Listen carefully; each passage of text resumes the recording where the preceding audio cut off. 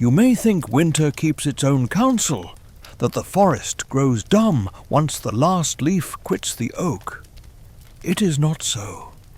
Winter speaks only softly, in the rasp of frost over bark, and the breath that lifts from a horse's nostrils at dawn. I have listened to that speech all my life, and this is why I must begin here, on a morning white and still, to tell you how Sir Gawain's story crossed my path and stayed. I am a woodsman of the marches, a keeper of tracks and coppice, one who reads hoofprints and birdfall the way clerks read letters. What I know by walking, where the river slows to a black bowl, where the ridge drops to ash and granite, where a man can hide a fear and call it prudence. When I speak of Gawain, I do not speak as his equal, nor as his judge. I speak as a witness who stood near enough to hear his breath and far enough to doubt his choices. Come with me a little way into the hush, and I will show you what winter showed me, how a vow can weigh more than iron, how a green colour can trouble a good man's sleep, how one small cut may teach more than a library. The tale was already ash-warm and travelling on the tongues of carters and minstrels when it entered our woods. They said that at Camelot, on New Year's Day, with candles bright and trenchers filled, a rider taller than tall had come through the great doors like he owned the season. All was green upon him, green skin with the sheen of ivy, green hair like rushes, a green tunic sewn in curious knots, and even his horse was a green so deep it seemed born from pine shadow. In one hand he bore a holly bow-piece in midwinter, and in the other an axe, whose head, so rumour ran, could split an oak down to its proud root. He laughed, and the hall laughed back, until laughter soured to puzzle. He wanted a game, he said, a blow for a blow. Strike me here and now, and in a year and a day. Meet me where I tell you, and take the same in return. Who can say how stories ripen? By the time the tale reached the charcoal burners' sheds, it had grown a dozen edges, but one line kept true. It was Sir Gawain, not the king, who rose and took the axe.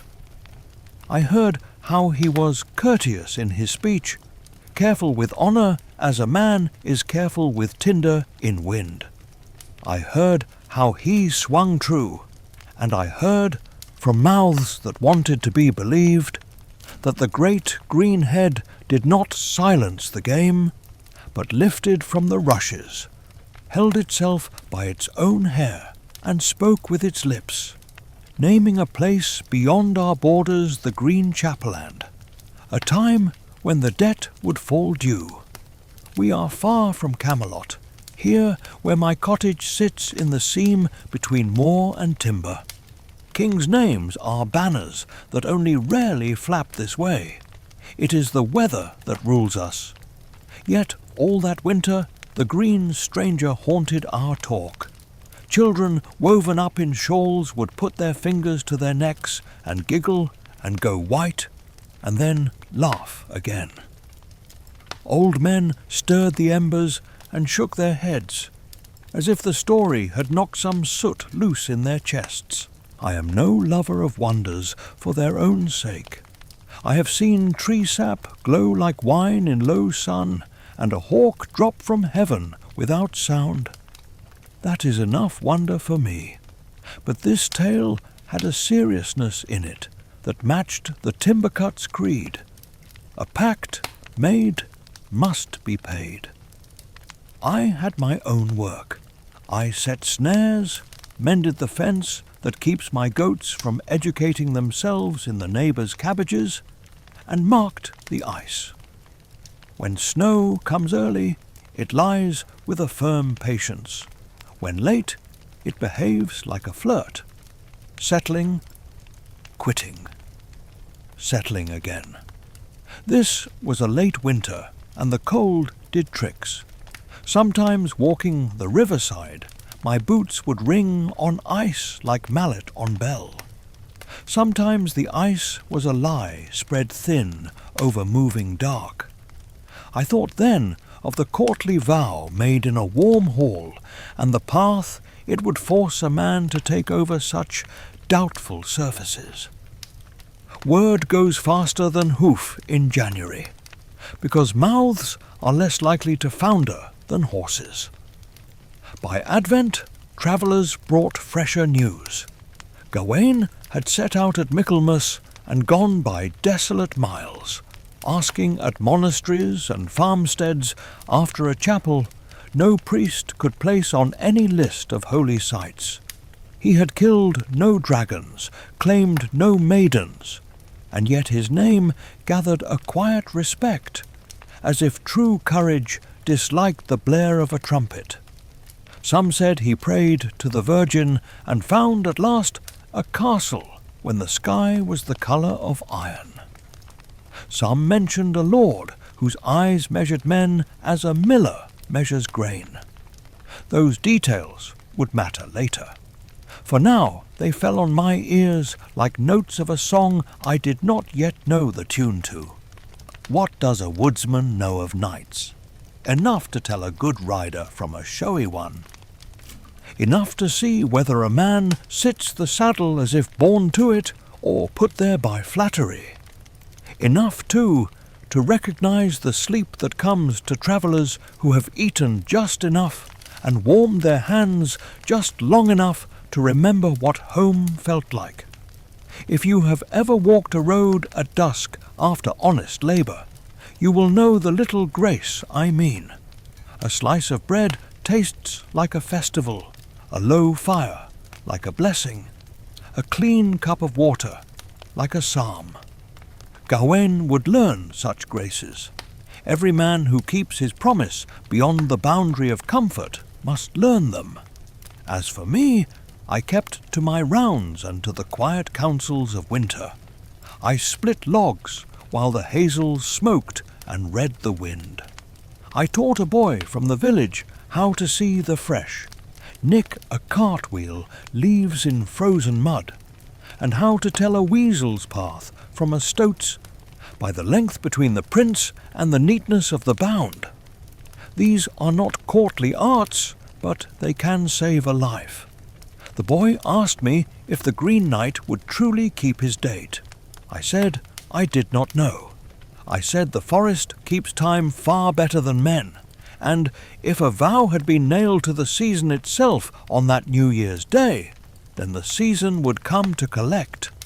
But we still wonder whether a promise made in warmth can survive the long cold without shrinking into something more convenient.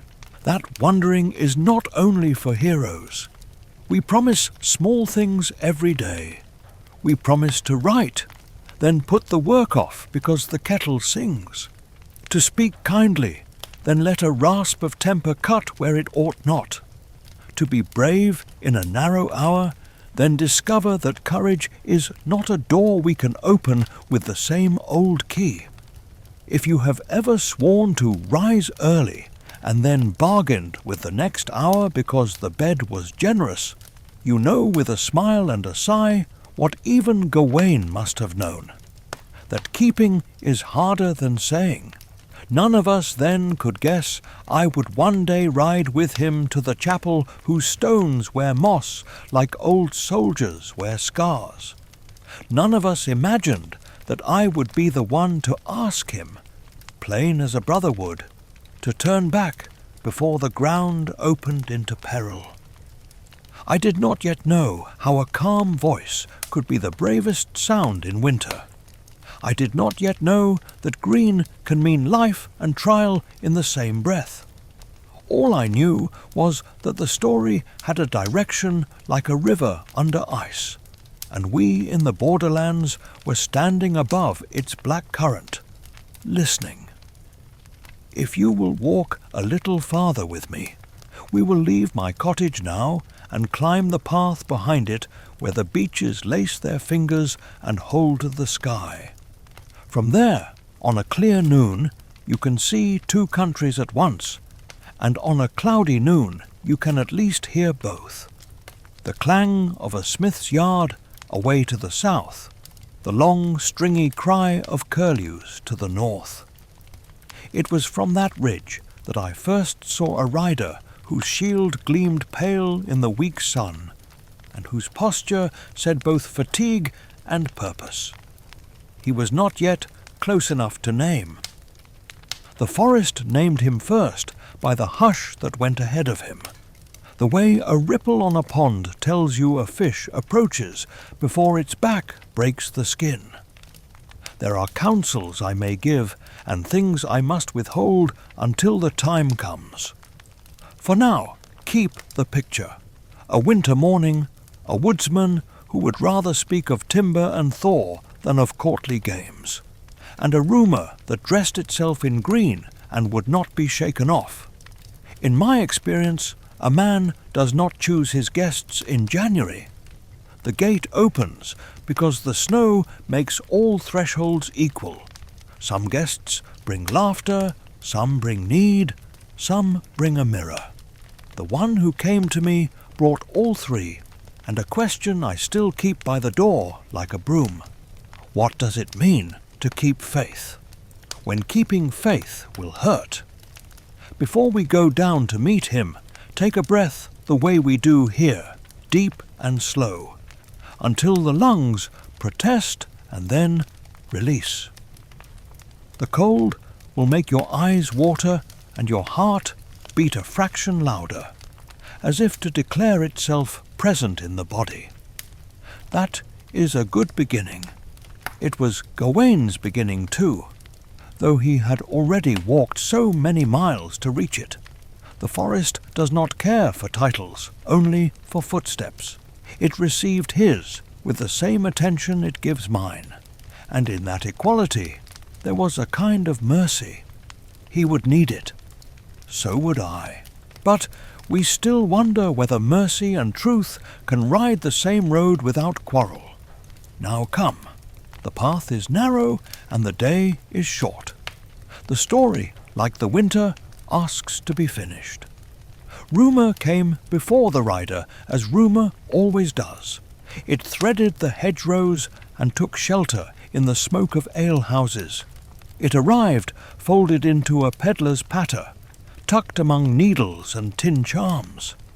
It came in a minstrel's tune that tried to be merry and could not keep from sounding like a prayer. I met it first at the northern gate of our market, where the straw lay damp and the sheep were practising the art of not moving. A tinker was warming his hands over a shallow brazier and told how the court of Arthur had kept New Year with light enough to shame the sun.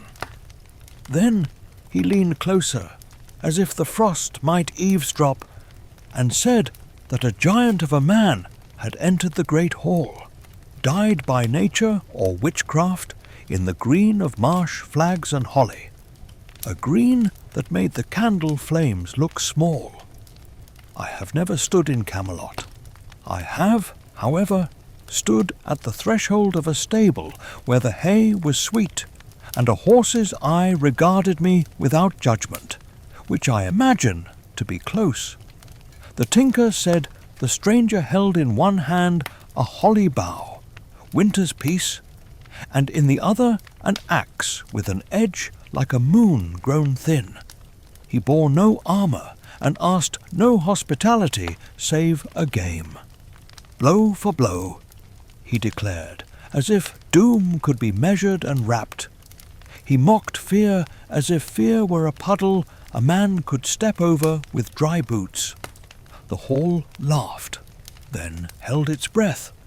In our market, a child tried to mimic the deep voice and failed, which did the child credit.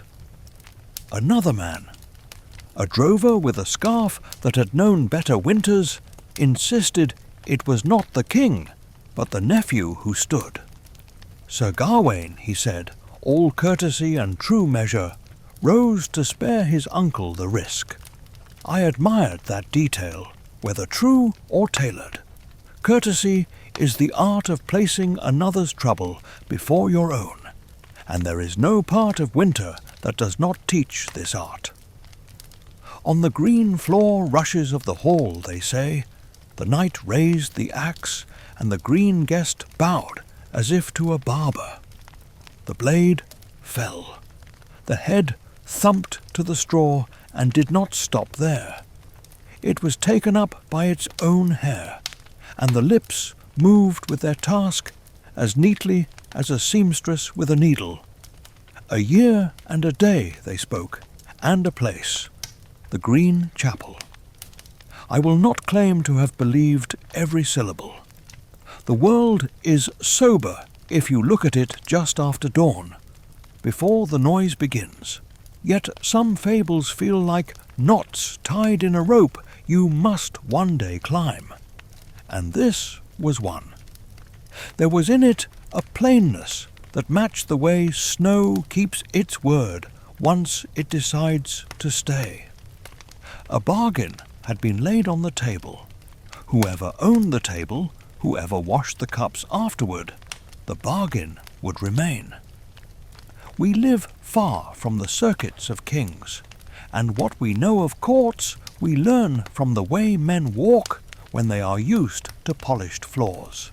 That winter I watched faces as they heard the tale. The baker's wife stood with floured hands and frowned not at the magic, but at the arithmetic of it.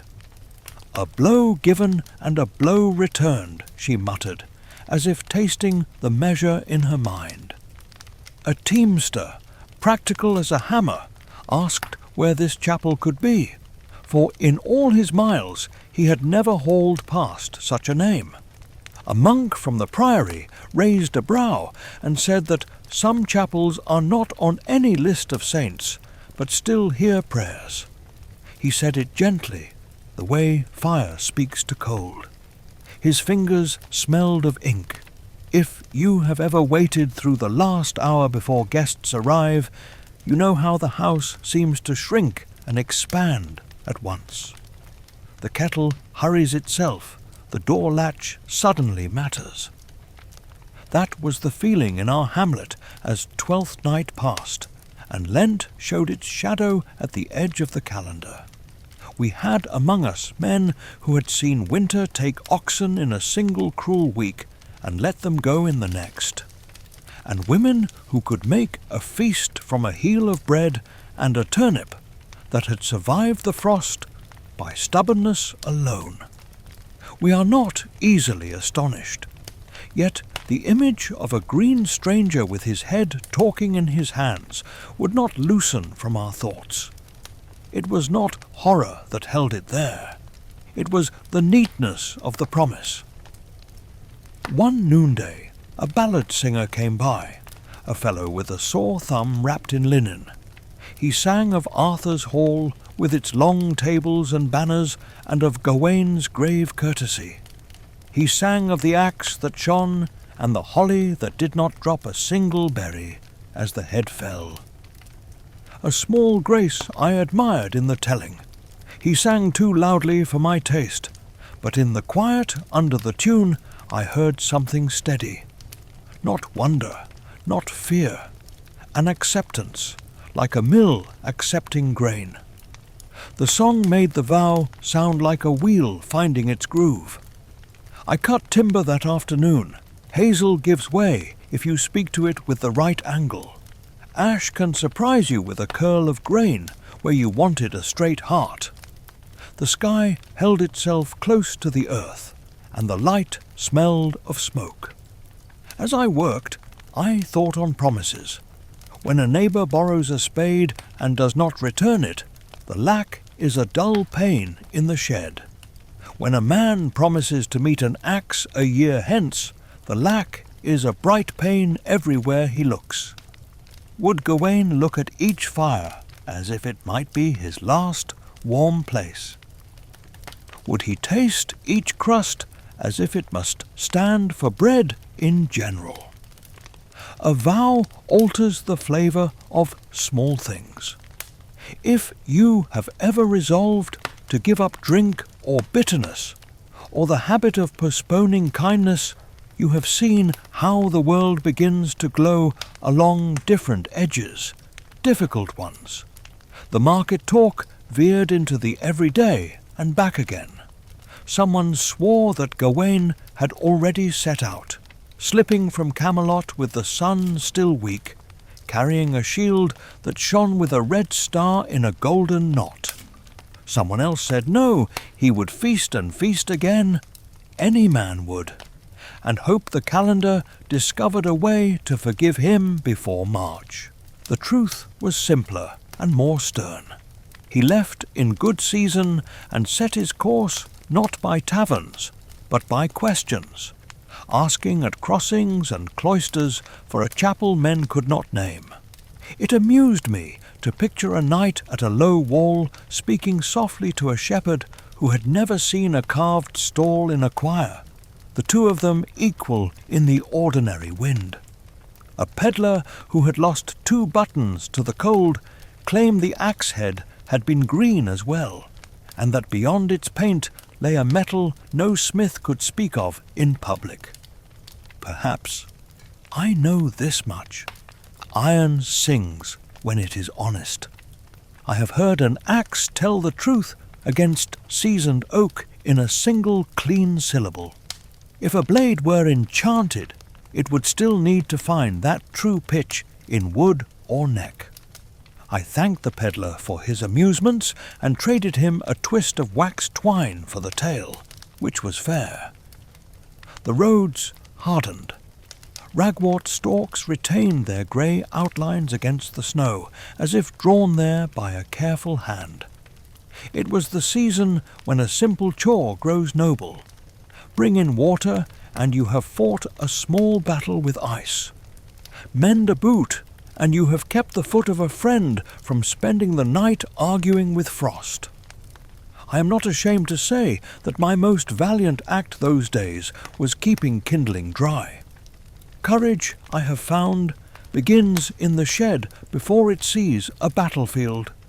Yet even with all the chores and the plain duties of winter, the talk never strayed far from the green guest's riddle. Men argued whether Gawain's courtesy would help him when courtesy met a blade. Women wondered aloud whether the lady of the house he found would know the measure of him before he knew it himself. The monk, hearing that last, coughed delicately and considered his shoes. Small laughter rolled around the hearth. It was good laughter, the kind that unties a knot in the ribs without cutting the cord. But we still wonder whether a vow born in cheer can endure the slow schooling of weather and want, whether a courteous man can keep his honour whole when the road teaches him a different grammar of need. That wondering pressed at us as the year turned its wheel toward the dark side, and then, by a mercy both ancient and fresh, toward more light. At dusk one day, I stood at my fence and saw a jay carry its own blue like a banner into the hedge. A neighbour called to ask if I had heard the newest tidings. The castle, he said, stood behind frost as behind veils. The lord there hunted with a zeal that made the ground ring. He proposed a game to his guest. What he won afield he would trade for what the guest won indoors. I laughed, not unkindly. Some bargains call to other bargains, as if the world were built of echoes. If this was true, then the road had taught Gawain nothing yet of how games breed games, and truth must walk among them like a shepherd with too many lambs and not enough daylight. That night I took a short sleep in the chair, the fire whispering its old counsel. When I woke, a thought lingered like steam on a lid. The tale was drawing closer to our borders. The green chapel was said to be beyond the known folds of our hills, and the hills were draped upon my mornings like a coat. I did not think then that I would be drawn into the last mile of the vow's journey, into the company of the man who had placed his neck under a promise and refused to move it aside. I thought only that rumour had done its work and made a path through our speech. Soon footsteps would follow the path. They often do. I banked the fire, checked the door, and set aside the smallest portion of bread for morning. These are customs that require little ceremony, but carry the power to quiet unnecessary fears. Sleep came like a steady hand on a skittish horse. Somewhere past midnight, a light wind learned a new whistle through the eaves, the sound a man hears when the world decides that the next page must turn. I did not see the axe fall at Camelot, but the tale of its falling came to us many times, until the telling wore smooth like a river stone passed from palm to palm. Each teller shaved away his fear and polished his admiration, yet certain shapes never changed. The Green Knight rode in without a shield, with a holly bough held as if winter itself were his herald. He asked not for feast or truce, only for parity, a blow for a blow, measured by a year and a day. There was laughter first, the laughter of brave men who prefer jest to silence. Then the laughter folded neatly as a cloak is folded when a man's hands must be free. They say King Arthur would have risen, light-hearted, stung by the stranger's tone, but his nephew forestalled him, bowing with care. Sir Gawain spoke as a younger oak speaks to an older supple, not weak saying he was the least at court, and thus best suited to receive disgrace, if disgrace there must be. That is how courtesy looks when it is true. It lowers itself in order that duty may stand up straight. The axe lay on the green stranger's shoulder like a moon caught in daylight, and Gawain asked that it pass into his keeping a moment. The stranger agreed, smiling with a patience that unsettled even the boldest gossip. The space before the stroke was long enough, they say, for a man at the far trestle to drink once and set his cup down carefully. Then the blow. It is not my place to savour the mechanics of it. An axe cut well is merely a line drawn cleanly where two worlds meet, the world of intention and the world of fact. The head fell, they say, and the body did not. The body took a step forward, patient as a clerk who has remembered an errand. The hand groped for hair and found it, and the head, lifted, announced a rendezvous as calmly as one announces a market day. I have heard children repeat the words with an air of triumph the tongue should save for psalms. The Green Chapel, a year and a day hence. The holly bough never dropped a berry. Such elements, returned to again and again, accrete meaning like frost on a pane. I have no longing for courts, but I know a covenant when I hear one. Winter is full of covenants. Water keeps its pact with cold. Animals keep their pacts with scarcity. Men keep or fail to keep their pacts with one another. What set this covenant apart was not its size, but its clarity. No gold, no titles, no riddles couched within riddles, only a measure of time and a promised meeting. It was the plainness that made people shake their heads by our hearths. A mysterious chapel was less terrible than an exact appointment. Of Gawain's shield the singers spoke with care, as if they had been permitted to polish it once or twice. They spoke of the pentangle, the endless knot, and the virtues it was said to bind: frankness, fellowship, purity of intent, courtesy, and compassion. I have not the schooling to debate symbols, but I know a knot of good rope when I see one, and I know how it behaves when placed under a new strain. A fine knot can slip if a hidden oil touches it. A perfect edge can waver if the wood's heart twists. The world is not against us when such things happen. It is merely itself, and that is enough to test any man. News of the vow took possession of our talk, and then slowly took possession of our weather. A year is a long road and a short lesson, depending on the company. The rule of a year and a day sits deep in the bone of things, though I could not tell you why. In law, perhaps, it adds an honesty to the reckoning. In the fields, it makes a season answerable to itself. I suspect the number's power lies in its demand for patience. A man can hold his breath for a heartbeat. He cannot hold it for the turning of the earth. He must breathe, and with each breath, remember. I remember other lesser pacts that help a simple life keep its dignity. A neighbour swears to return a borrowed adze by next market day, and does. And the tool seems to shine a little as it crosses the threshold. A mother promises her child that she will wake him before dawn when the first lamb bleats, and keeps the promise, and the cold air becomes a benediction to the boy's cheeks. If you have made such small covenants and honoured them, you know how they multiply quiet strength. If you have neglected such covenants, and later mended your neglect with humble action, you know how mercy threads its way into carpentry and bread. We pictured Gawain after the feast with a distant look turned toward calendars.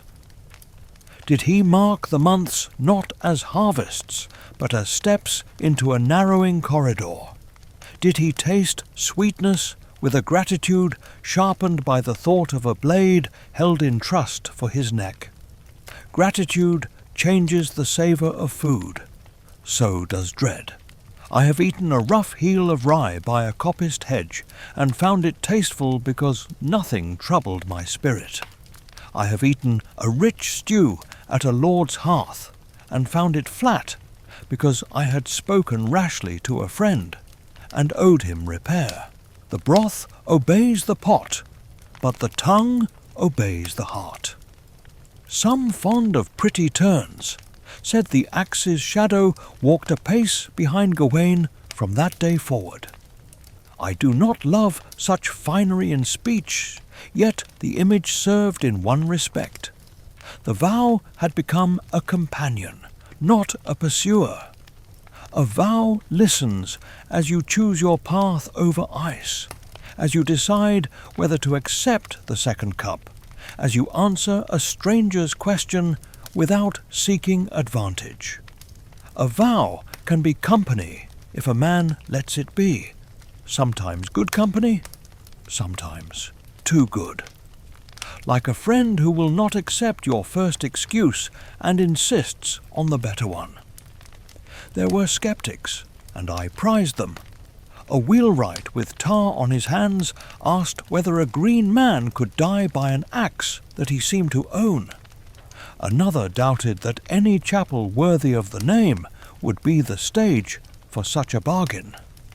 A third said that if the head could speak, it could also bargain again at the end, and find a way to make courtesy its own hostage. I nodded at them all. Workers of sound materials distrust loopholes. So do I. But the tale's strength lay not in its loopholes.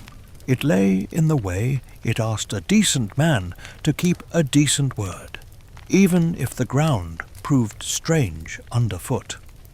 The last bit of the vow that lodged in our talk was the day beyond the year. That gesture of time extended. I considered it often while trimming hawthorn along a boundary. The extra day makes a man's patience audible, like the last held note in a psalm. It prevents haste from claiming the field at the finish. A year teaches you to endure. A day teaches you how to end. Endings are their own craft. To close a gate without clatter. To put a fire to bed so the ashes keep dignity and a live heart for mourning. To take leave of a friend without adding the residue of embarrassment.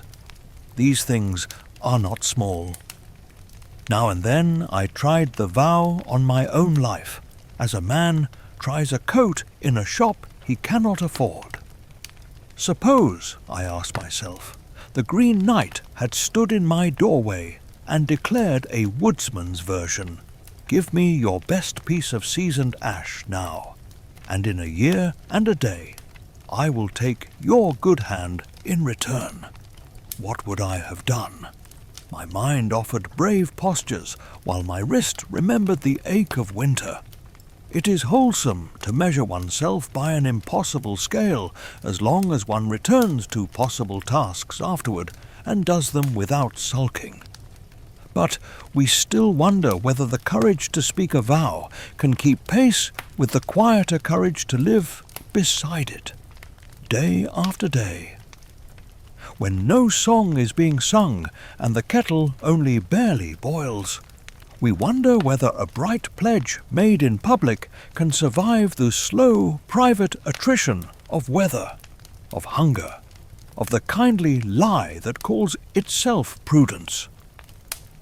For instance, a pot cracks not at its thickest point, but where a little flaw was once dismissed. So too with promises. The flaw is never ferocious at first. It is a small smoothing, an omission that looks like courtesy, a silence that calls itself tact. I have seen the beginnings of such cracks in fence posts and in men.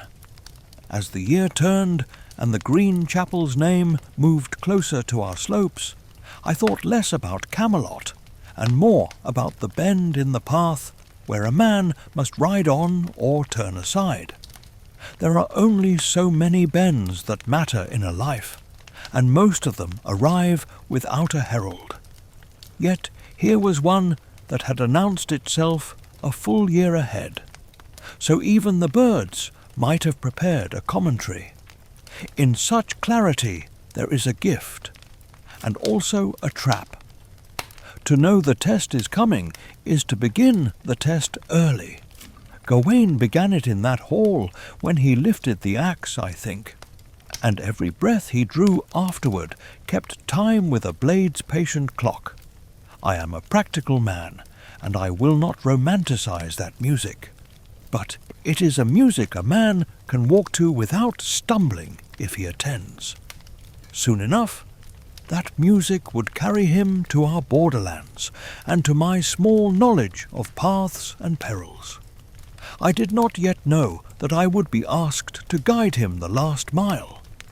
I only knew that the vow had left the warmth of rumour and entered the weather. The year thinned to a wire and sang with cold. On such days, the road is not a band of earth, but a thought a man keeps lively by repeating it to himself. Gawain kept it, so the tales said, and so the tracks proved, later where rhyme preserved what hooves had confessed. He went under skies, the colour of tin, through bracken turned to iron lace, and across streams that forgot their own language and held still as glass. When the wind climbed down from the moors and spoke low, a rider's breath made a small white house before his mouth and vanished. I have lived long enough to trust the counsel of small houses. They tell you the warmth is still in you when the world would like you to doubt it. I did not ride beside him then, but the border has eyes that belong to no one. A charcoal burner's boy swore he saw a knight kneel among blackthorn and move his lips as one moves them for prayer. A shepherd who speaks to ewes as to dignitaries said he glimpsed a shield with a star that would not fall apart, no matter how he blinked at it. I pieced these hints as I piece a path after snow. One bent reed, then another, and between them the right emptiness to step into. The shield's sign was the pentangle, a knot without end, and within the shield, they say, the image of a Lady Mary herself, so that when Gawain raised his arm to fend a blow, his eyes also rose to mercy. Such a detail needs no court to bless it.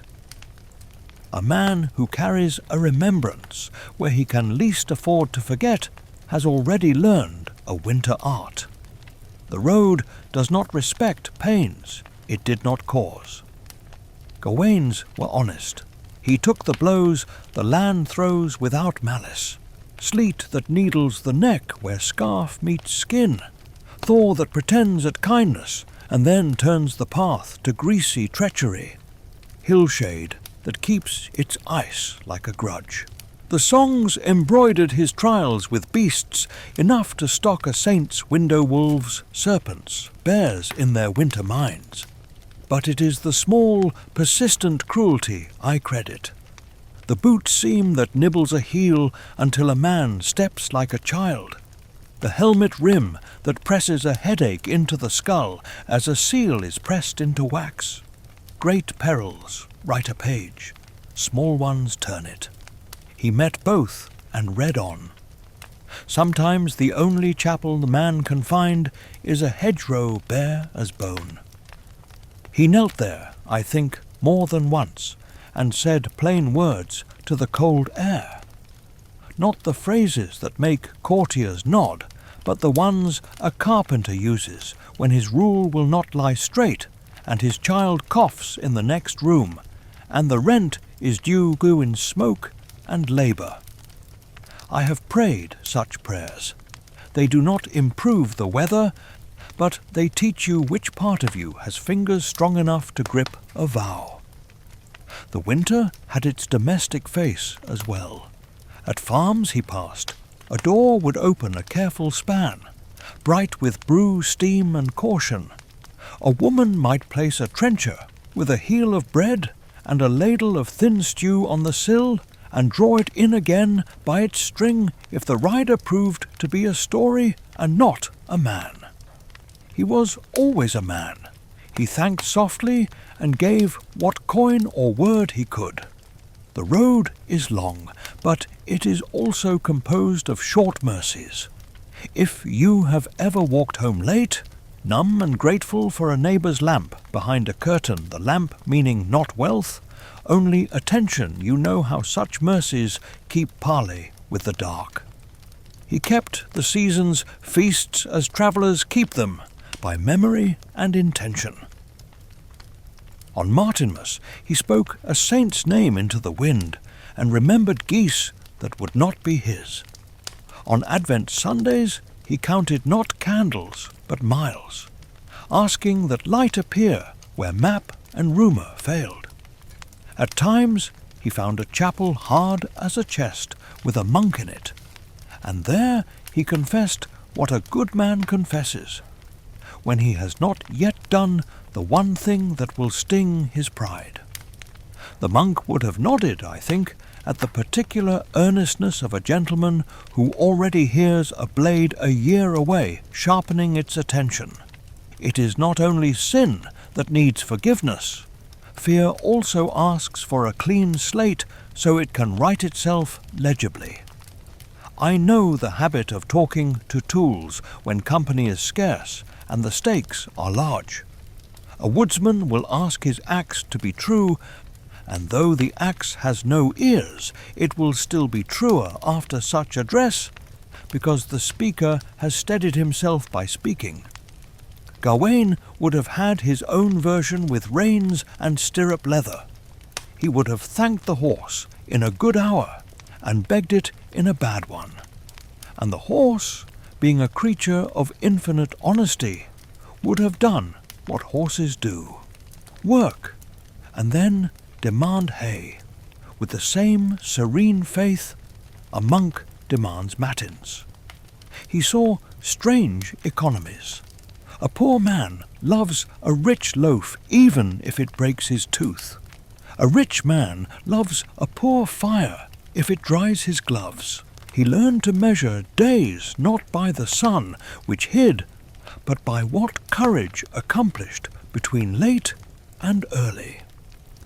A ford crossed without going under, a hill crested without cursing, a silence kept that might have broken into complaint and did not. If you have ever chosen to take the second-best blanket so someone else can sleep without waking, you know the arithmetic. A rumour caught up with him and ran ahead of him, as rumours do. It spoke of a house in the mist that welcomed travellers with meats and games. He followed the rumour not as a gull follows a ship, but as a ship follows a star that may, in fact, be the lamp of a cottage hung high by a careful hand. He asked the right questions at the right forks. The right questions in winter are the simple ones. Which way keeps you above the bog? Which way keeps the wind mostly at your back? Which way leads to voices? He had been courteous in halls. Now he was courteous to difficulties.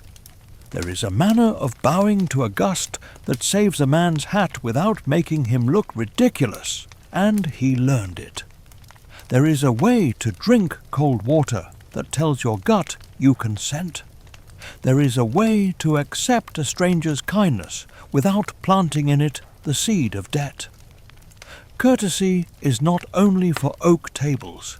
It lives in the ditch, in the lean-to, in the pause before you ask for more salt than you ought. But we still wonder whether courtesy is strong enough when hunger asks its own questions, whether piety can keep a man from smoothing the edges of his promise just enough to pass a bad night. We wonder whether a token said to keep a life might also keep the truth from speaking, and if so, whether the saved life can bear the silence that follows. Late in Advent, hard blue afternoon, he spoke a prayer I had heard before in other mouths and would hear later in his own. A request not for victory, but for shelter. Not for triumph, but for a sign. The wind had no kindness left in it that day. The trees held their breath with him, as trees sometimes do for a man who is down to the last of his. Then, as if winter remembered it had a holy duty still to perform, the mist unfastened a little. Between two lines of beach, a wall appeared with light clinging to it, like bees too sleepy to fly home. The wall's stones had been laid by hands that believed in straight lines and in the usefulness of warmth. Over the wall, roofs shouldered the snow like strong men who meant to carry and not complain. He rode toward it. The horse felt the change and lengthened its desire. Even a beast knows when a story changes key. He passed a thorn hedge that had trapped half the wind in the parish and came to a gate. The iron was cold with an authority that does not need to shout. He leaned to lift the latch and found it well oiled, as if the place had been expecting decent company. Expectation is a kind of candle. It burns even when its owner steps out for water. Inside, the yard held its breath. A dog put one paw down carefully and then another, testing whether the visitor belonged to meat or to justice. A steward's man came forward with a face both courteous and keen, the look of one who must weigh hunger against hospitality every hour of his life. A bell sounded. It did not announce alarms, only supper. But a man who has spent days in the grammar of hunger hears every bell as a grammar lesson in hope. Gawain bowed from the saddle in a measure that pleased the yard. He gave his name and received in exchange the pleasure of hearing it repeated in a friendly mouth. We had not yet met. My part lay still a little way ahead, past the warmth of that first fire, beyond the laughter that rises when men who have ridden alone at last sit in company and forget to be careful for a blessed 10 minutes.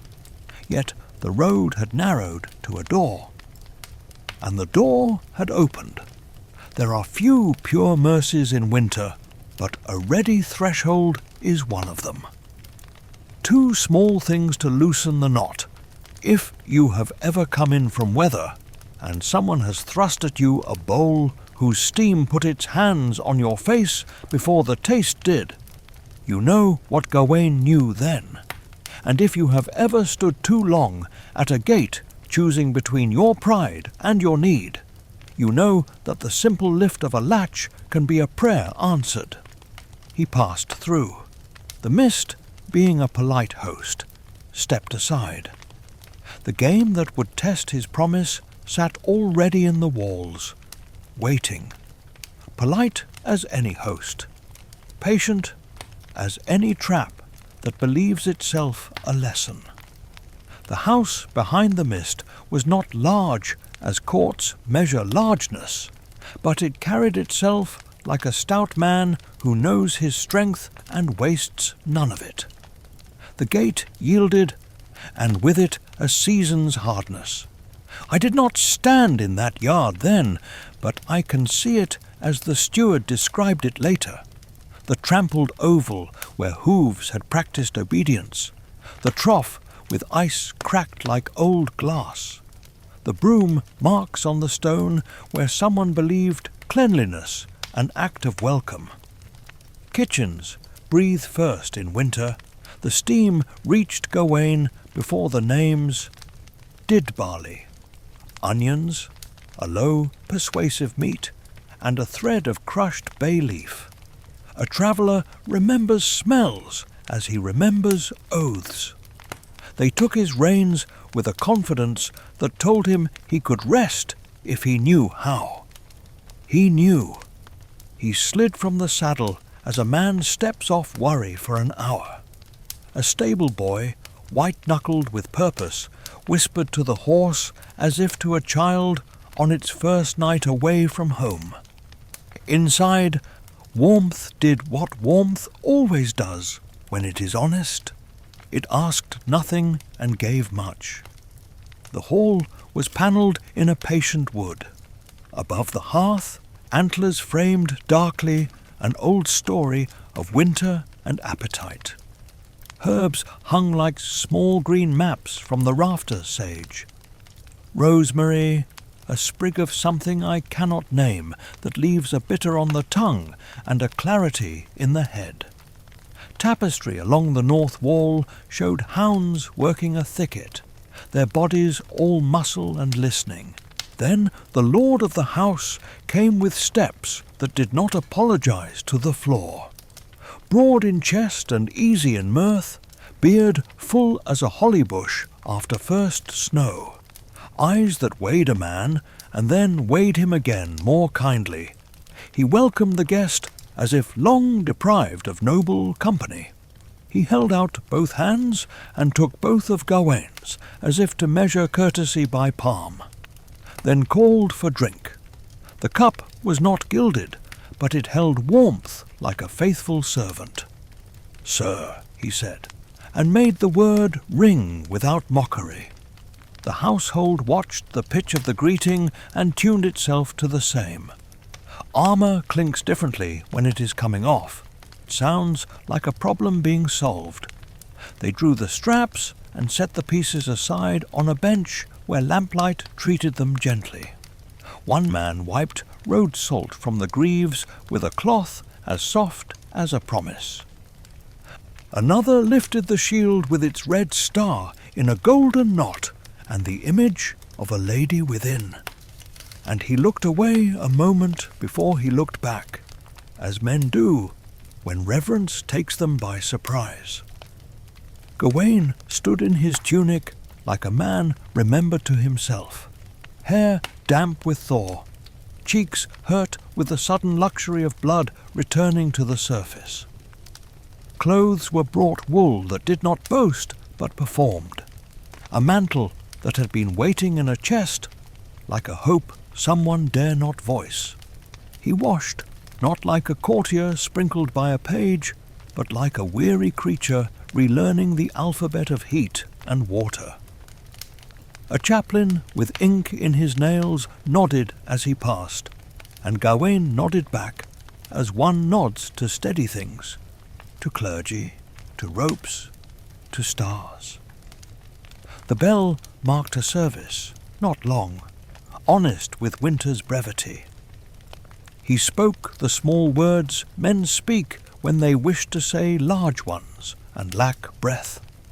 The house answered with its breath crackle clink, a line of steam from the pottage as eloquent as any psalm.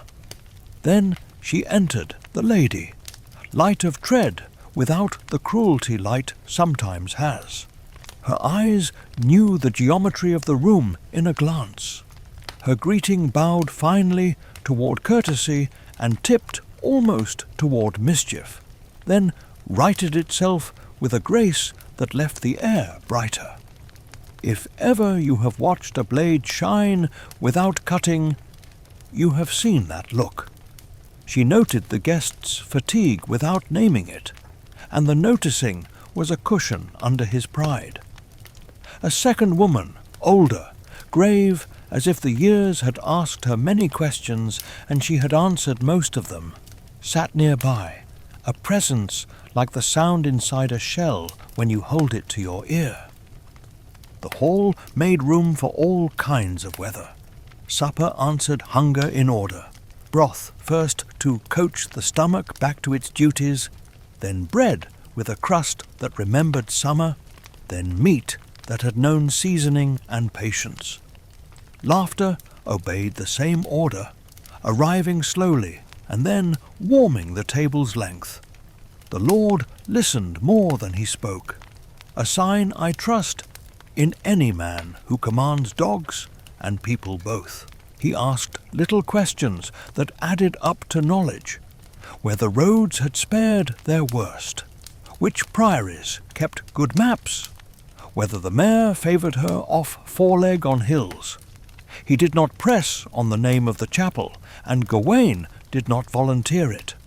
Men of sense understand that some honesty is best served warm and some cooled and sliced thin, later. A minstrel found a gentle mode. The song had a winter beat to it, all boot sole and board, a healthful thump. Between verses, dice clicked in a side room, not loudly. Servants moved with the invisible authority of those who take pride in invisible authority. I have known such households. The broom speaks low. The ladle keeps a steady parish of bowls. The embers are coached to the exact point where their glow encourages talk without tempting sloth.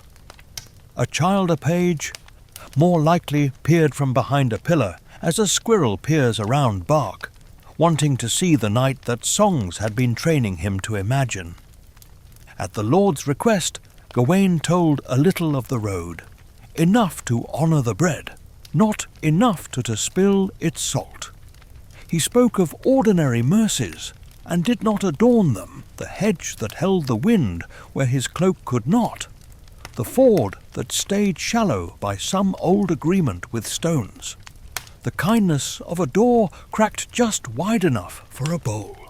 The company received such accounts with the intelligence of people who know that a life is composed of their sort, and that glory, if it exists at all, must be built upon them like a second floor added late, but not impossible.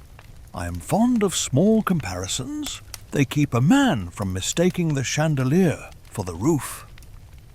Coming in from weather and meeting a bowl whose steam takes your face in both hands, this is triumph. finding dry socks roosting by a hearth, and learning they were set there for you, this is wealth. Hearing your name repeated by a stranger with a tone that suggests he intends to remember it. This is a kind of citizenship. A knight learns these definitions on the road as surely as a woodsman learns them at his door. They serve equally at castles and cottages. There were touches of the season that a listener cannot resist setting down. A sprig of holly pinned to the great beam nodded when laughter shook the house. A loaf cracked open on the board and released a living heat, as if sun had been saved inside it by a thrifty saint.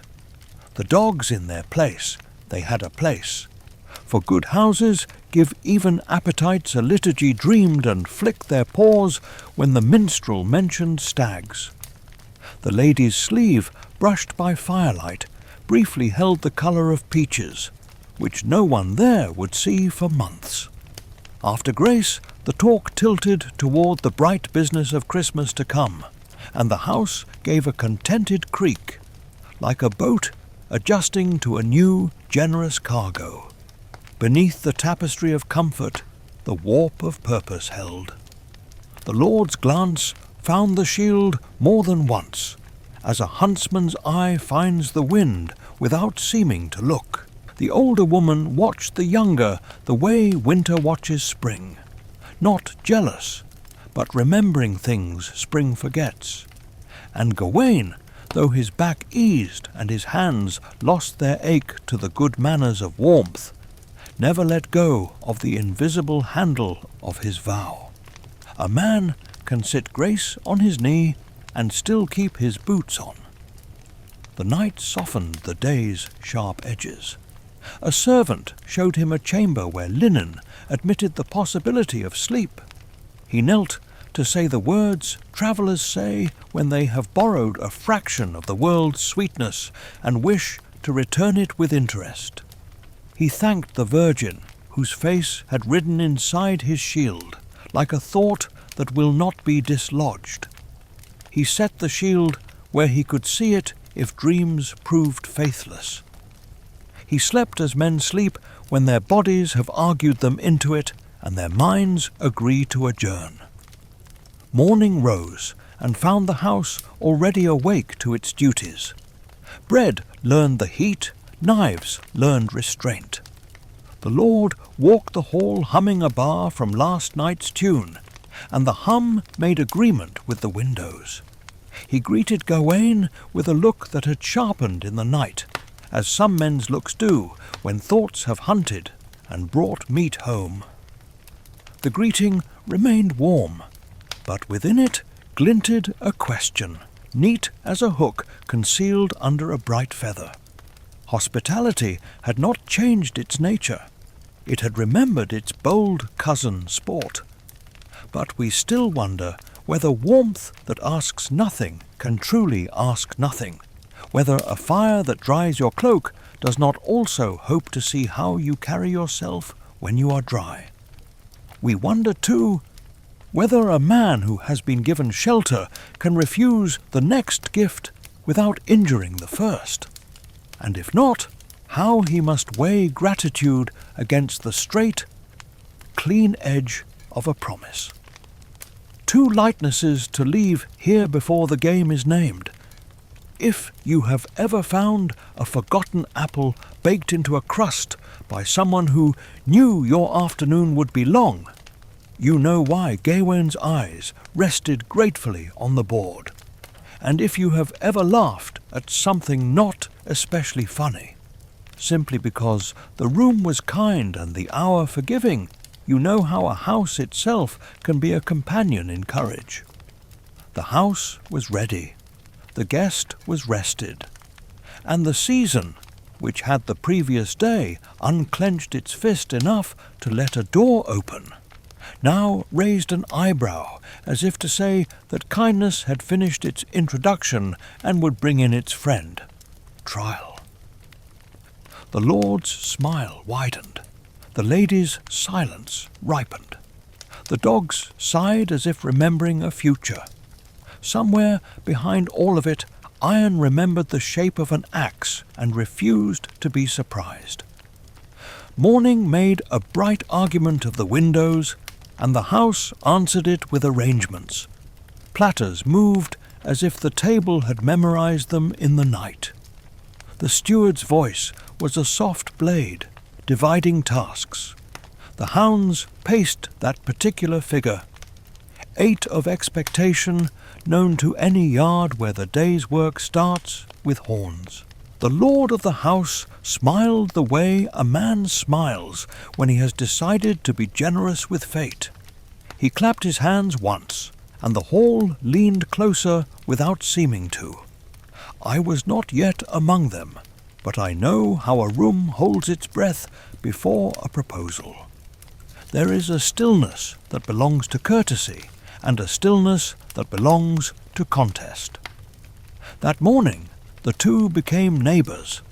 "Let there be a game," said the lord, not in those exact syllables which belong to ink, but in the warm currency of voice, and let the game make sport of chance while honouring rule. His eyes were on Gawain in the frank way a good hound looks at its master before a run. The terms were clean and shone like a well-oiled latch. He would ride out to hunt each day until the new year. Gawain would rest and keep the house company. In the evening they would meet at the hall's midrib and exchange the day's winnings, each giving to the other all he had taken. No haggling over measure or merit. What was caught afield would be tendered for what was gained within walls. I admire a compact that wears no covert seams. The hall approved in the way a fire approves of a new log, with a low, grateful sound. The lady's glance held a ripple at the surface and depth below it.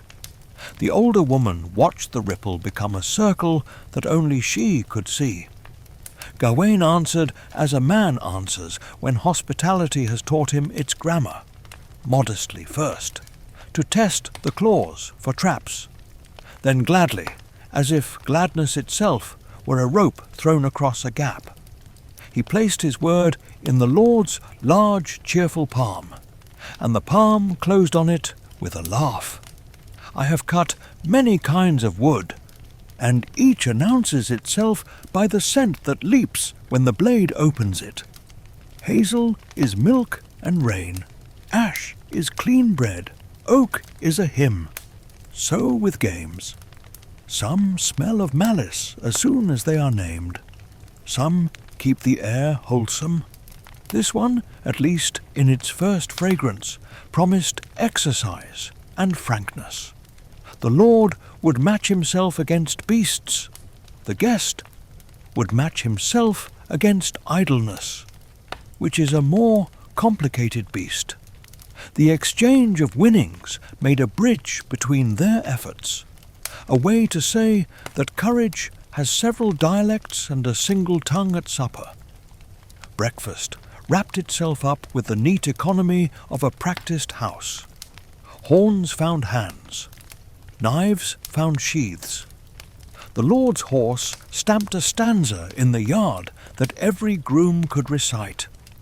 He came to Gawain once more and laid a hand on his shoulder, a hand that weighed no more than friendship. "My field for your hearth," the look said, "my sweat for your courtesy." It takes a certain largeness to mean such a look. It takes another largeness to return it without trying to improve it. The first hunt began like a bell does, with air and attention. The company rode out in a chain braided from confidence and competence. Their colours went into the trees and became, for a time, the trees' own boldness. In the hall, doors exhaled. Servants set their day to the season's long stride. The lady's tread lightened the corridor's stone. A chamber was chosen where winter light fell, as if it had been trained to do so. Gawain sat, not as a patient sits, but as a guest, in a house where the chairs have their own opinions, and those opinions are favourable. It is no small labour to keep still when the world around you is licking its lips for motion. A knight who has endured rocks under snow must learn, in a fortified room, the subtler endurance of being present where comfort lives. The lady came with a smile that respected daylight. She spoke first of ordinary matters, wool carders in the village, a cask that had gone stubborn, the taste of winter apples when they have been coaxed near a hearth. The talk made space for honesty to enter without making a show of it. Gawain answered with the gentleness of a man who knows his name has been borrowed by songs and wishes to return it undamaged. He had his shield star and his inward star, but the day's test was set in friendly linens. The lady's wit did not draw blood, it sought alignment. She praised courtesy to see whether courtesy would blush and call itself humility. She mentioned boldness to see whether boldness would pretend to be reticence out of season. If you have ever sharpened a blade only to learn it must slice parchment and not cord, you understand the confusion that can enter a valiant hand. Gawain kept his edge sheathed in apt words. He did not preen. He did not freeze. He let the room's warmth warm him.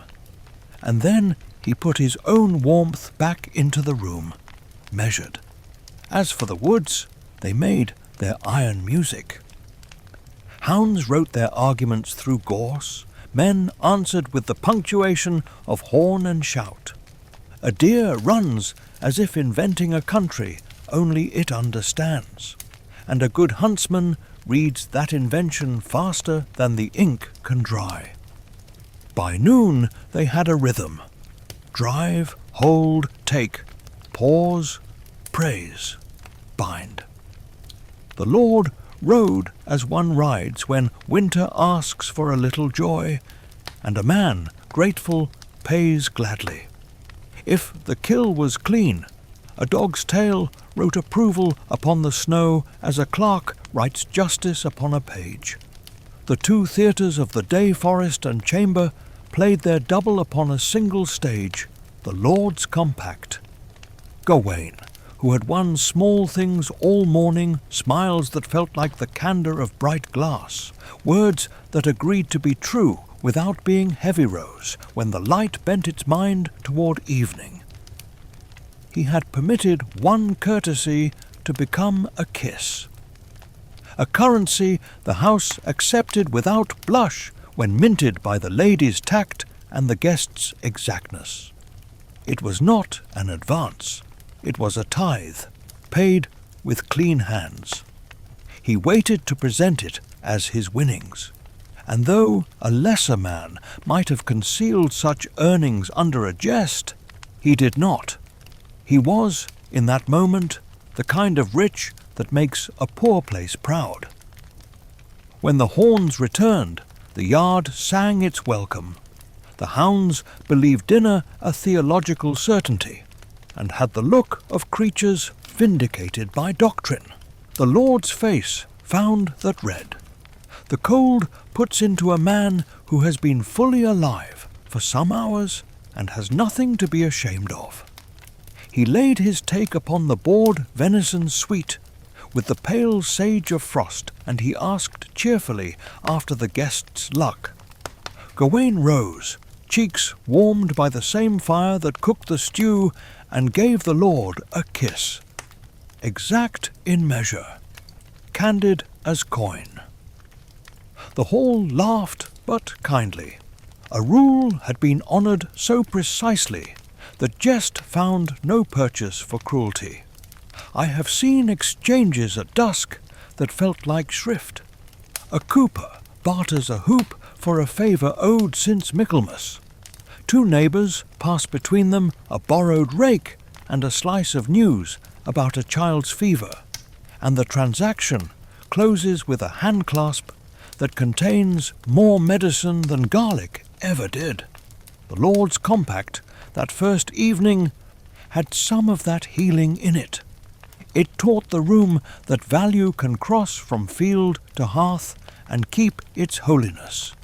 It taught Gawain that his talent for fair speech could be weighed on the same scales as meat and prove not weightless. The steward told me later that supper was lively without fracture. Men told small lies that wished only to be charming and were forgiven on the spot. The lady's gaze moved like a candle, illuminating without interrogating. The older woman's stillness made the corners of the hall honest. The chaplain blessed and meant it. The dogs slept the sleep of successful ideas. Gawain ate well and not greedily, laughed when laughter warmed the hand, and kept a private census of what he owed and to whom. But we still wonder whether a game that keeps faith with itself can be played inside a larger game that intends to test faith to breaking. Whether the easy mercy of jest can survive the heavier mercy of truth when truth begins, as it always does, to ask collateral. We wonder whether courtesy given in light will cast a longer or a darker shadow when night comes bearing accounts. A bit of looseness to ease the cord around these thoughts. If you have ever brought home a cabbage stout as a fist and cooked it with more hope than skill, only to find it tender because the day had gone kindly, you know the taste in that hall. And if you have ever joked with a friend, and at the same time tested gently whether the old loyalty still held, you know the shy bravado with which Gawain met the house's play. The Lord declared himself pleased and promised a second hunt that would make the first seem rehearsal. The compact stood, bright as snow under moon. The lady's smile stored questions as thriftily as a pantry stores jars. The house, in its beams and tapestries, remembered the flavour of this new custom and made room for it, the way old timber makes room for a fresh rung without groaning. Somewhere beyond their notice, the forest sharpened its night noises, and a small, necessary chill went quietly about its business, reminding the walls what winter is for. The first morning's testing began with a quiet, "I have always trusted." It is the kind of quiet that comes just after a fire remembers its manners, and just before a horn remembers its purpose. Frost had written its neat script on every sill. In the yard, the hounds drew question marks in the snow with their tails. Indoors, the house spoke in its low dialect of comfort. A poker shifted its weight. A pot reached readiness without boasting. A hinge laid down its complaint and fell in line. This is the hour when good choices make less noise than bad ones. It is also the hour when a guest forgets he is being measured, because the measuring is done by warm air. Gawain woke into that air. Linen that is not prideful can still persuade a man that he has not squandered his courage by sleeping. He rose with the caution of one who remembers both hunger and vows. While the hunt knit itself outdoors, a different stitching began within. The lady came less a footfall than a decision. A winter window made her seem taller. The day's pale gave her voice a darker glow. She greeted him with the exact temperature of frankness a weary man can bear without retreat. Her words were the sort of compliments that refuse to be called flattery, because they arrive carrying work for the listener to do. She called him the flower of courtesy and waited delicately to see whether courtesy would embarrass its gardener. A chamber, when winter holds it, becomes a field where smaller contests look large, and larger ones learn to speak softly. She selected her chair with a tact that made the room choose sides without rancour.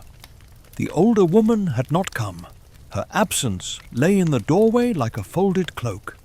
Gawain thanked his host in the host's absence, thanked the house in the house's presence, and thanked the morning for being exactly what it was. The lady's smile changed not at all when she shifted from pleasantry to aim. I have seen a good knife turn in a hand and never scratch the wood. The motion is still a motion toward cutting. They talked of the virtues as if they were not coins to be counted, but breads to be tasted. She teased the border between bravery and boasting, and Gawain stood precisely on the right side of that fence. He was gallant as water poured from a clean jug.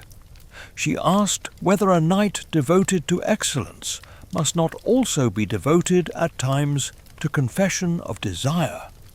He answered that confession is best made where vows are kept without witnesses. She admired the shape of the answer and tested its fibre. The testing was all touch and no bruise. While this was unfolding with the calm of a chessboard, the forest took up its louder grammar. The horns spoke. Hounds formed their commas and dashes through fern and bramble. A herd of deer, frightened into genius, drew maps under the beeches that only panic and old knowledge can draw together. The Lord rode as those ride who take life as a companion and not a conquest. I know the rhythm that follows. The first overture is error. The second passage is learning. The third, if hounds and men remember their pact, is taking cleanly and thanking aloud. In the chamber, the lady laughed at some small jest of her own making, and let the laugh fade, as if to prove that there is such a thing as restraint in pleasure.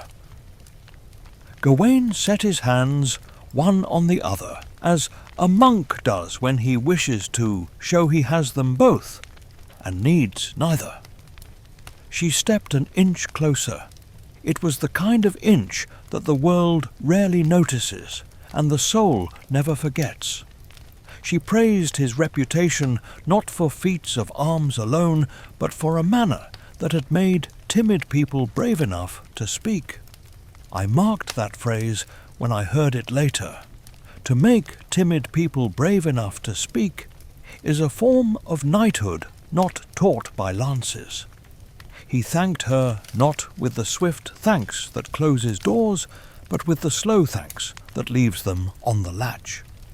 She asked, almost idly, whether a guest in a generous house may not win some token of the morning. He considered the floorboards as if they were a riddle about grain, then looked up with a peace that did not apologize for itself. A kiss, he said, if the lady grants it as sign and not as lease. She granted. It was measured the way a good mason measures angle, once exactly, without fuss. The room brightened by the slender amount a room can brighten in winter. A small mercy, rightly placed, is taller than its own inches.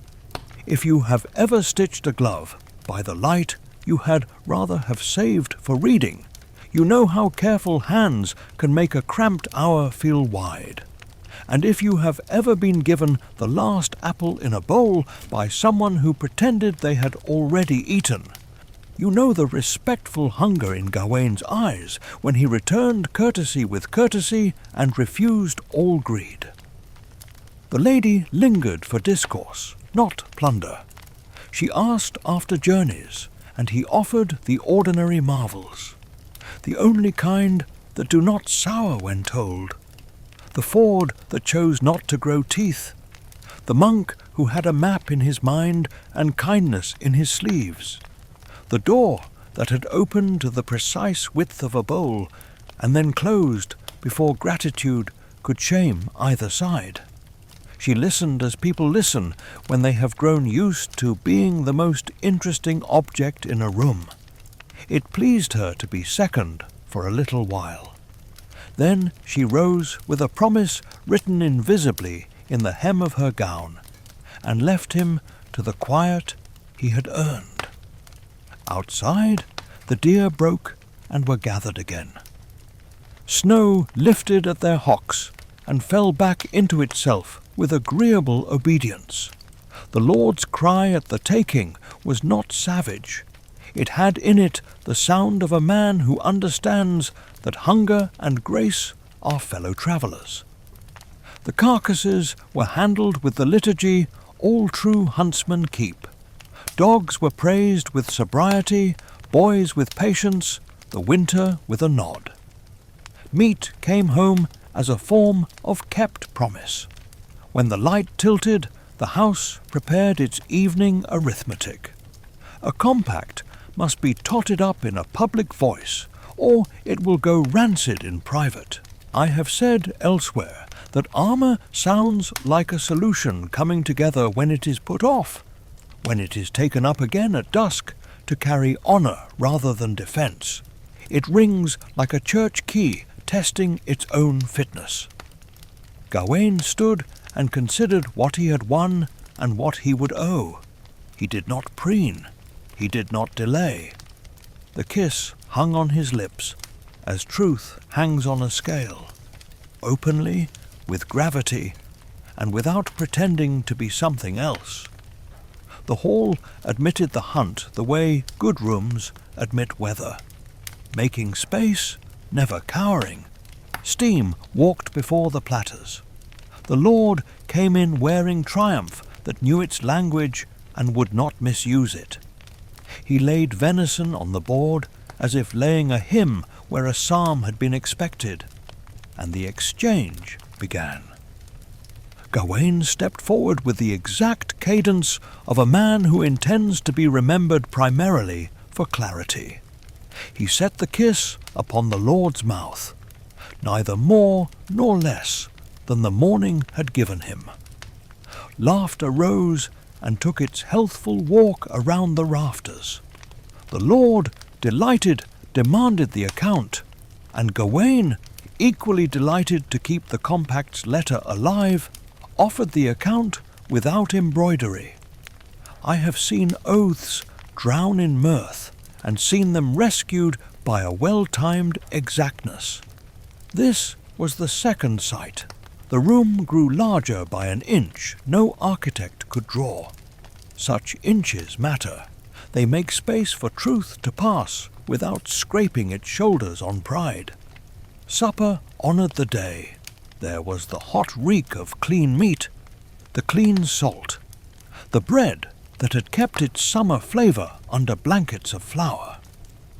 Jests were told that wanted nothing, and so deserved everything they received. The lady's eye was a lantern under which no moth burned.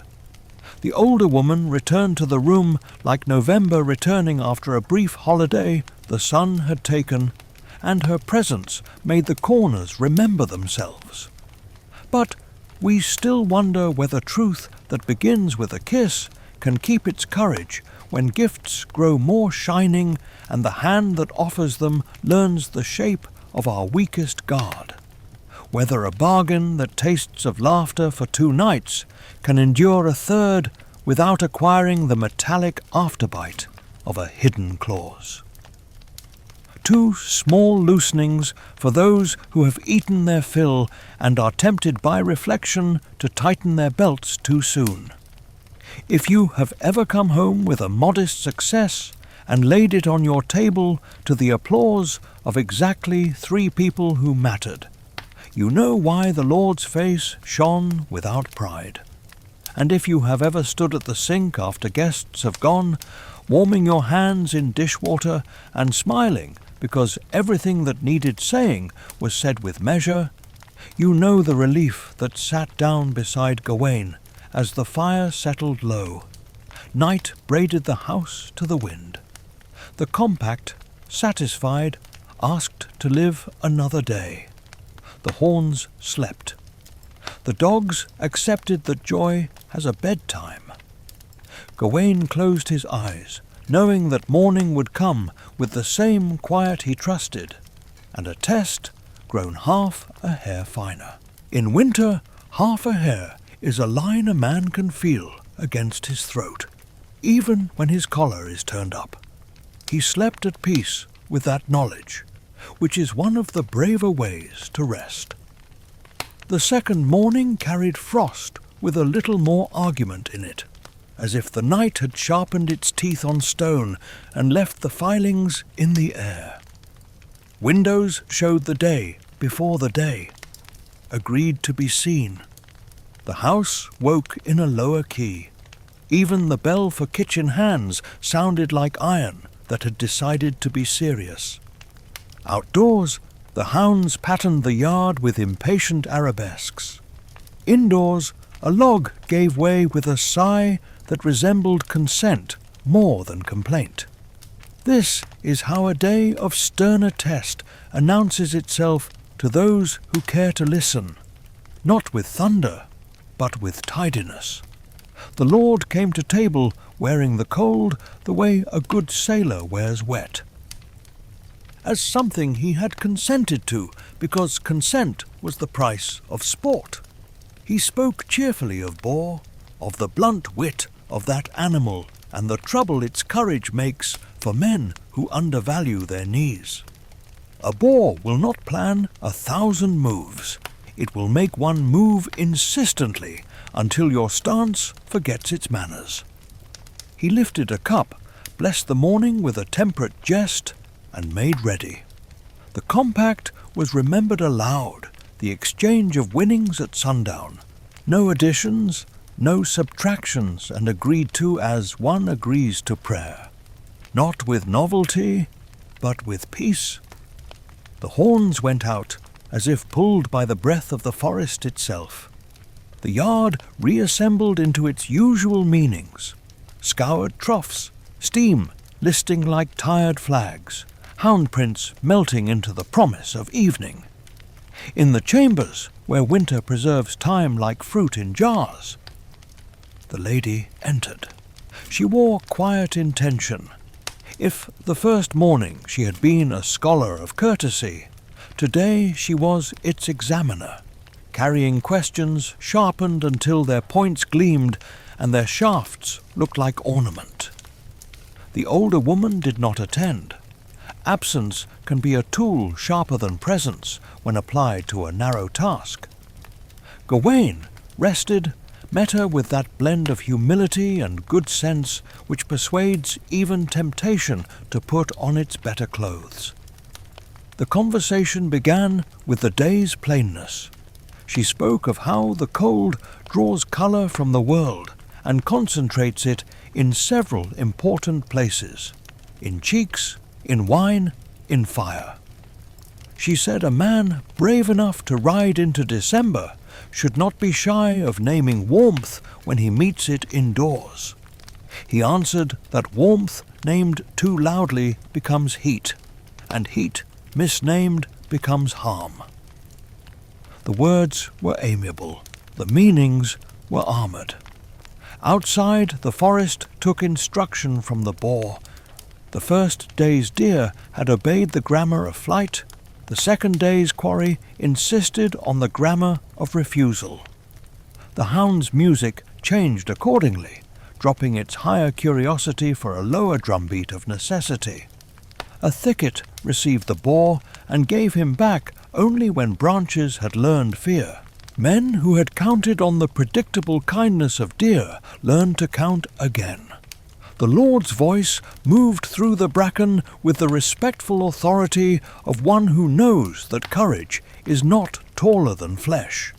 In the chamber, the lady set aside the light wrist-play of compliments. She approached sincerity by a road that passed close to confession. She said, a man's renown ought to be tested at its joints to see whether the shape it makes in songs can stand up in winter. She wondered whether a knight who is famous for courtesy might not owe courtesy the honour of acknowledging where it wishes to become love. The word landed softly, like a hawk recalled so well it seems never to have left. Gawain's answer did not mock the word, nor pretend to have no knowledge of it.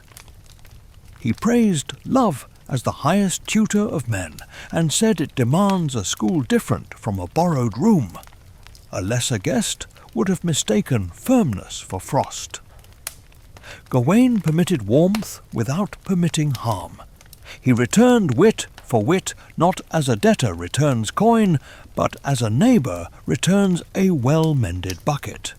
He sat forward only as far as honesty allows a man to lean without placing his weight upon another. The lady, seeing that she was dealing not with a wooden shield, but with a living man whose courtesy had breath in it, tried other instruments. She spoke of the road's loneliness, and of how gratitude asks for a vessel, and if no vessel is given, gratitude spills and is lost. He thanked her for naming a truth without making a pawn of it. He asked her to accept a smaller vessel, sealed and decent, rather than demand one that would empty everything. If you have ever baked a coarse bread, and then, with a sudden inspiration, brushed it with honey only to learn that the loaf did not need the honey to be good, you understand the restraint that lived in his mouth when the second kiss was asked for and given cleaner than sweet, exact, without apology.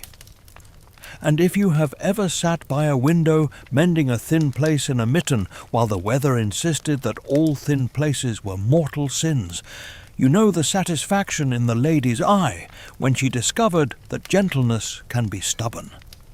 Meanwhile, the boar wrote its refusal into the earth. When hounds pressed, it turned. When men advanced, it advised them with tusk and grunt. When the Lord himself closed, the beast met him with a simplicity that humbled. The spear's shaft learned what it means to be a bridge between life and need. Blood steamed on the snow with a sincerity I do not think any man ever mistakes. A cheer went up, not the vulgar kind, but the kind that recognizes that some victories merely rearrange hunger into gratitude. The carcass was secured. The dogs praised in terms they could trust. The boys sent ahead with tidings that would feed the kitchen before the meat did. Back in the chamber, the lady, having made a study of boundaries, made one last almost playful inquiry of their hinges. She asked whether a knight's oath, so rigid in the field, might not admit of a little graceful bending where hearts are concerned. He smiled in a way that offered no purchase kindly, as a father smiles at the arithmetic that has not yet learned to carry. A third kiss was not asked then. The room knew its measure. She left with a look that suggested the exam had not been failed, only continued. Exams of that sort are always continued. No house that holds winter chooses to use up all its questions in a single morning. The dogs announced the returning hunt before horns did. The pitch of their talk learned triumph and civility at the gate. The boar's massive head rode in like a signature too big for the page. The Lord's eyes were bright with that clarity danger can teach men who greet it without flinching. He laid his winnings on the board. They needed no explanation. Gawain stepped forward and rendered his account in the currency established. 2 kisses, frank as a tally, given and taken in the presence of laughter that had no vinegar in it. The Lord clapped his hands and answered with satisfaction that had room in it for other satisfactions to come. Supper engaged the room's attention with fewer preliminaries. A second day of clarity can make a household bolder. Meat came and was honoured as if it had walked on its own into the pot. Spices spoke without shouting. Bread admitted it had waited all year to be this necessary. The lady shone without indiscretion. The older woman sat like a chapter that must be read slowly if it is to be understood. The chaplain blessed the knives, to the humble extent blessing assists steel to be just and not cruel. Servants trod that fine measure between brisk and noisy that reveals a discipline born of affection.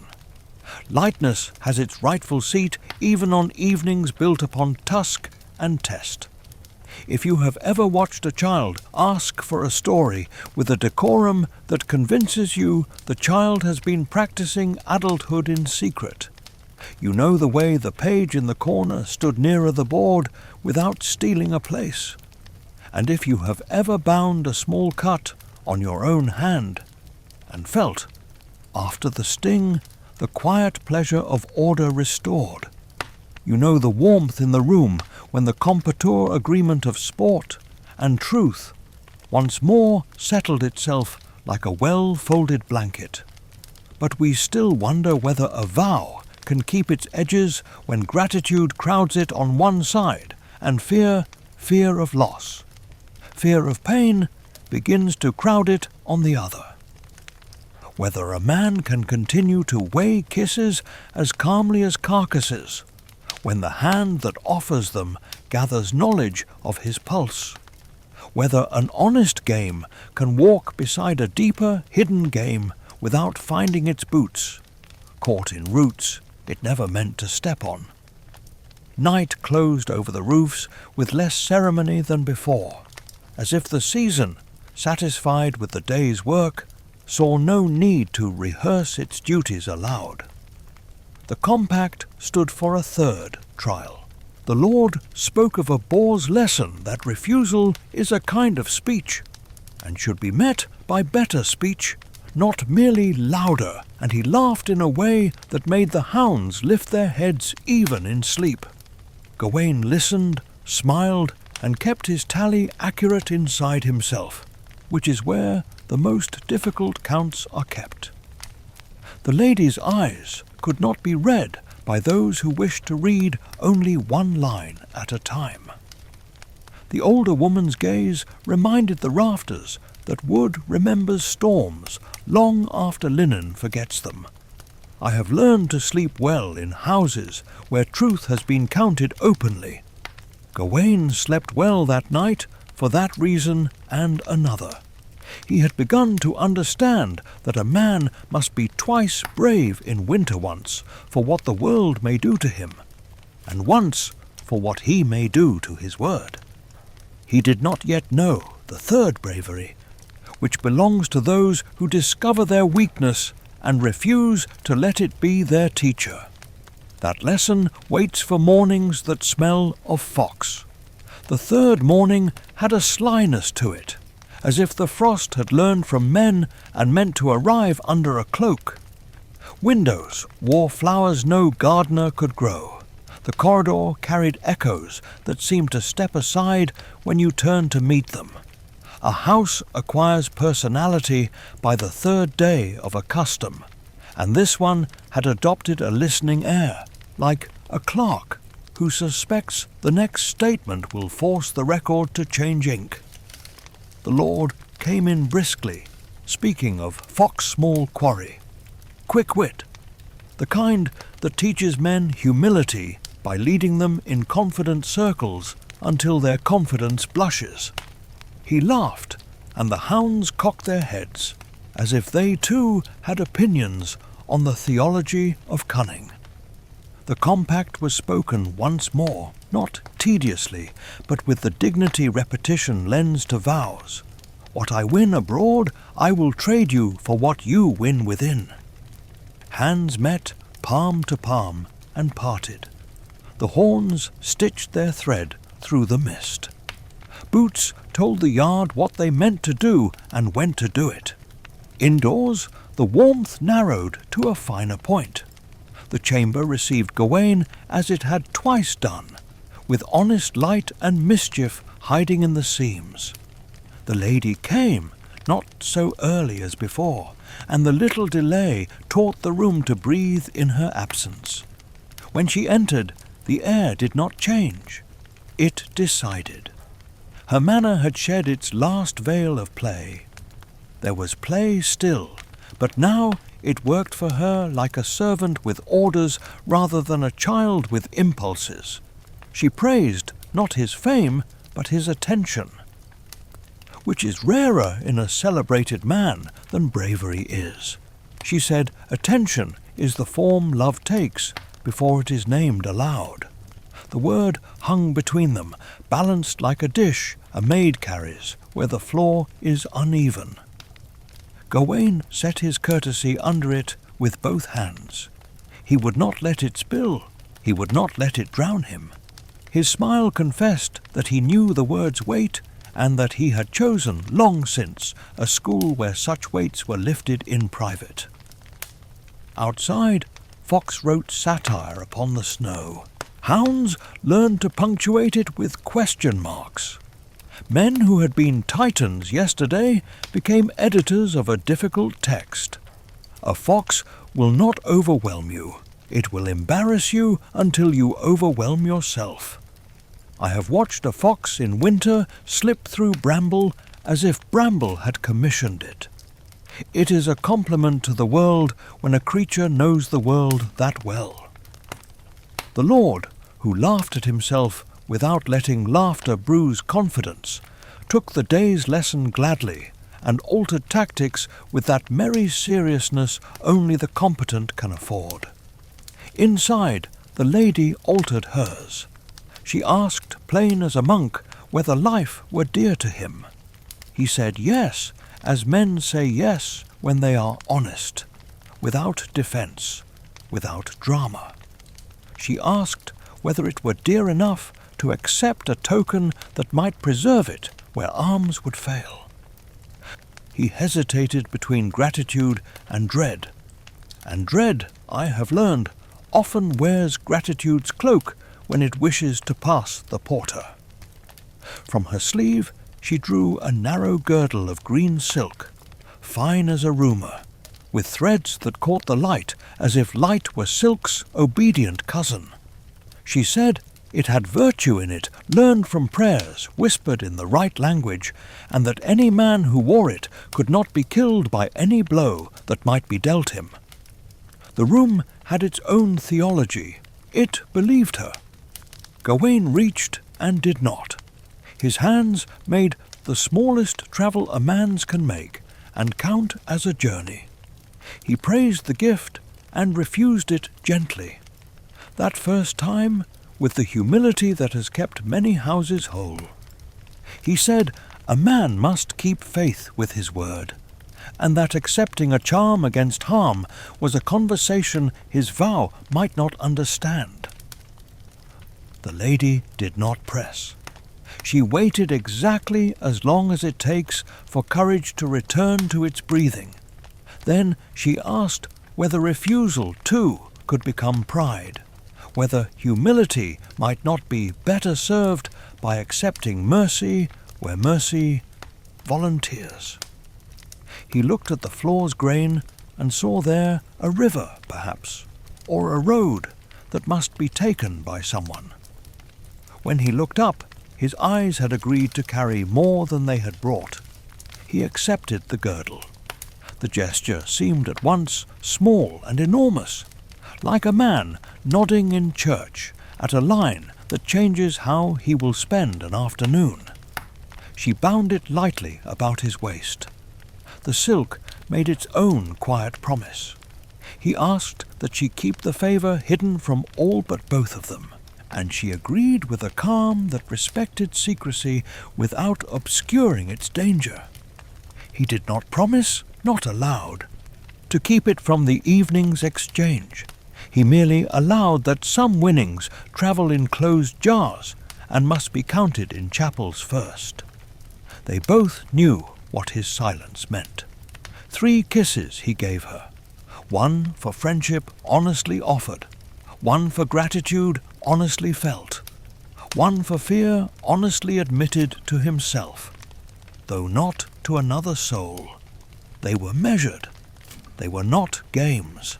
If you have ever accepted a neighbour's rope when your own ladder had split, promising to return it and intending to, and then found that borrowing the rope had altered your afternoon's map, you know the look in his face. And if you have ever put a spare loaf by the door just in case, and then found yourself rationing gratitude to match the loaf, you know the arithmetic that crept over his spirit and began to take sums in small, neat figures. Meanwhile, Fox taught his tutors humility with cheerful malice. He led them across a stile that could not possibly hold all that confidence. He doubled back and wrote his name through their strides, and their strides pronounced it badly. The Lord's horn laughed, then disciplined itself. Persistence, he knew, makes a music of its own. Even Fox must tire of outwitting, if outwitting is required every minute. Toward dusk, red on white betrayed red's intention. A sudden sprint, a good hound's faith.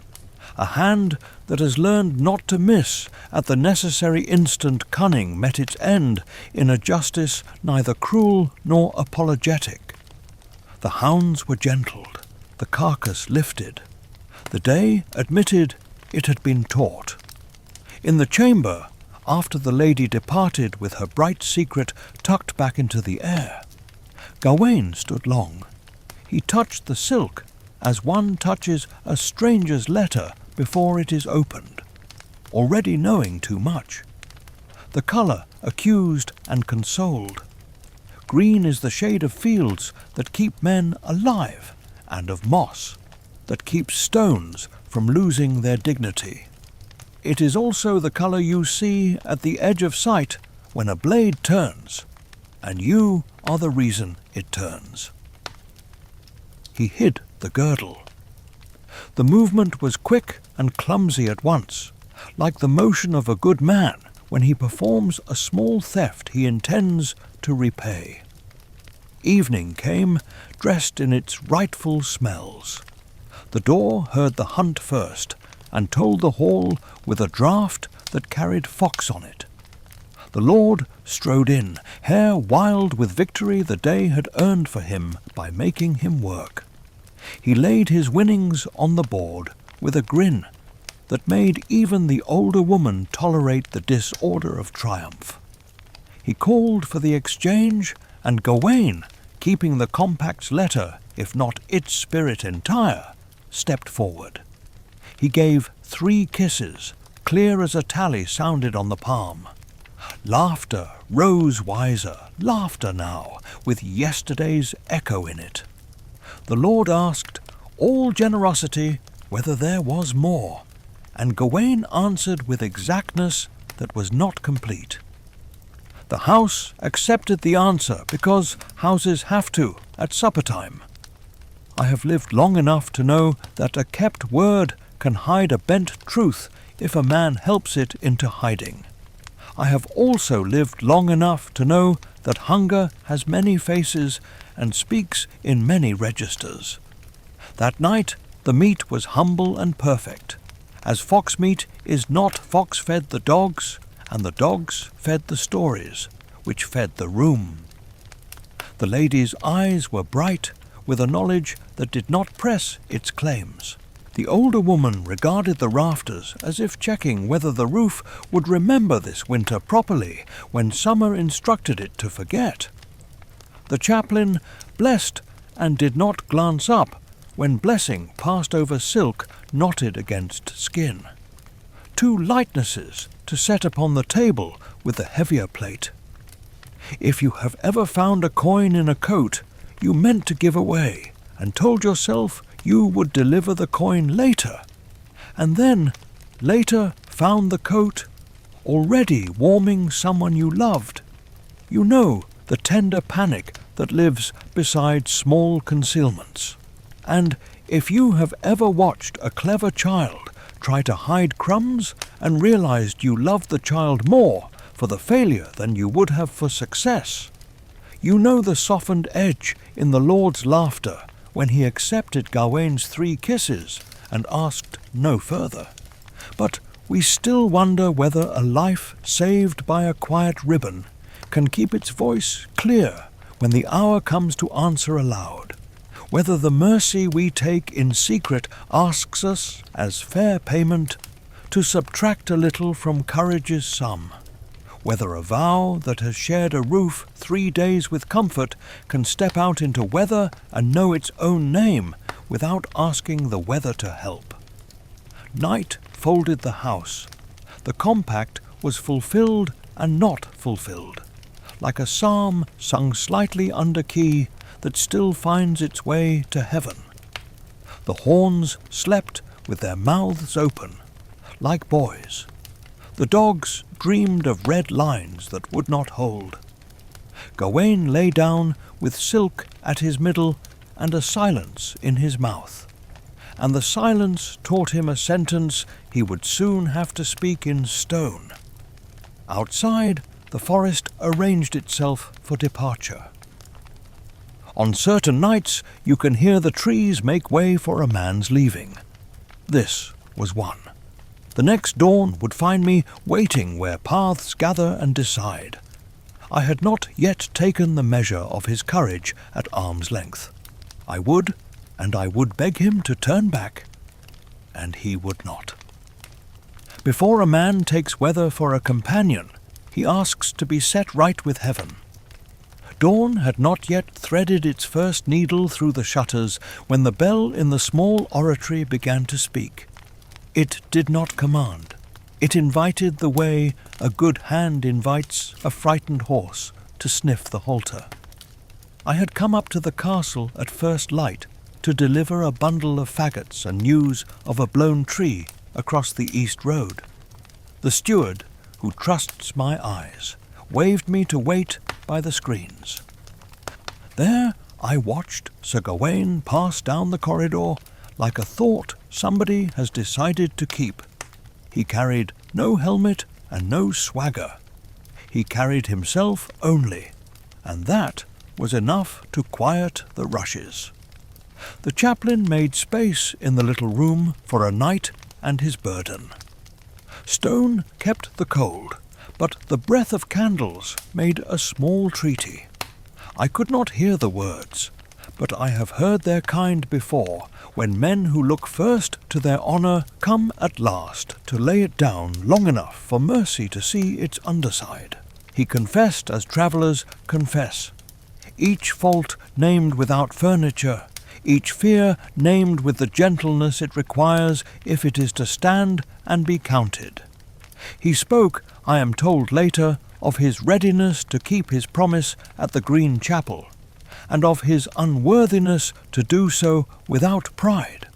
He asked for absolution, and the chaplain, knowing the difference between battle and bravado, gave it in a voice that did not tremble. There was one thing Gawain did not name and could not yet. Silk lay against him with the quiet assurance of a river under ice.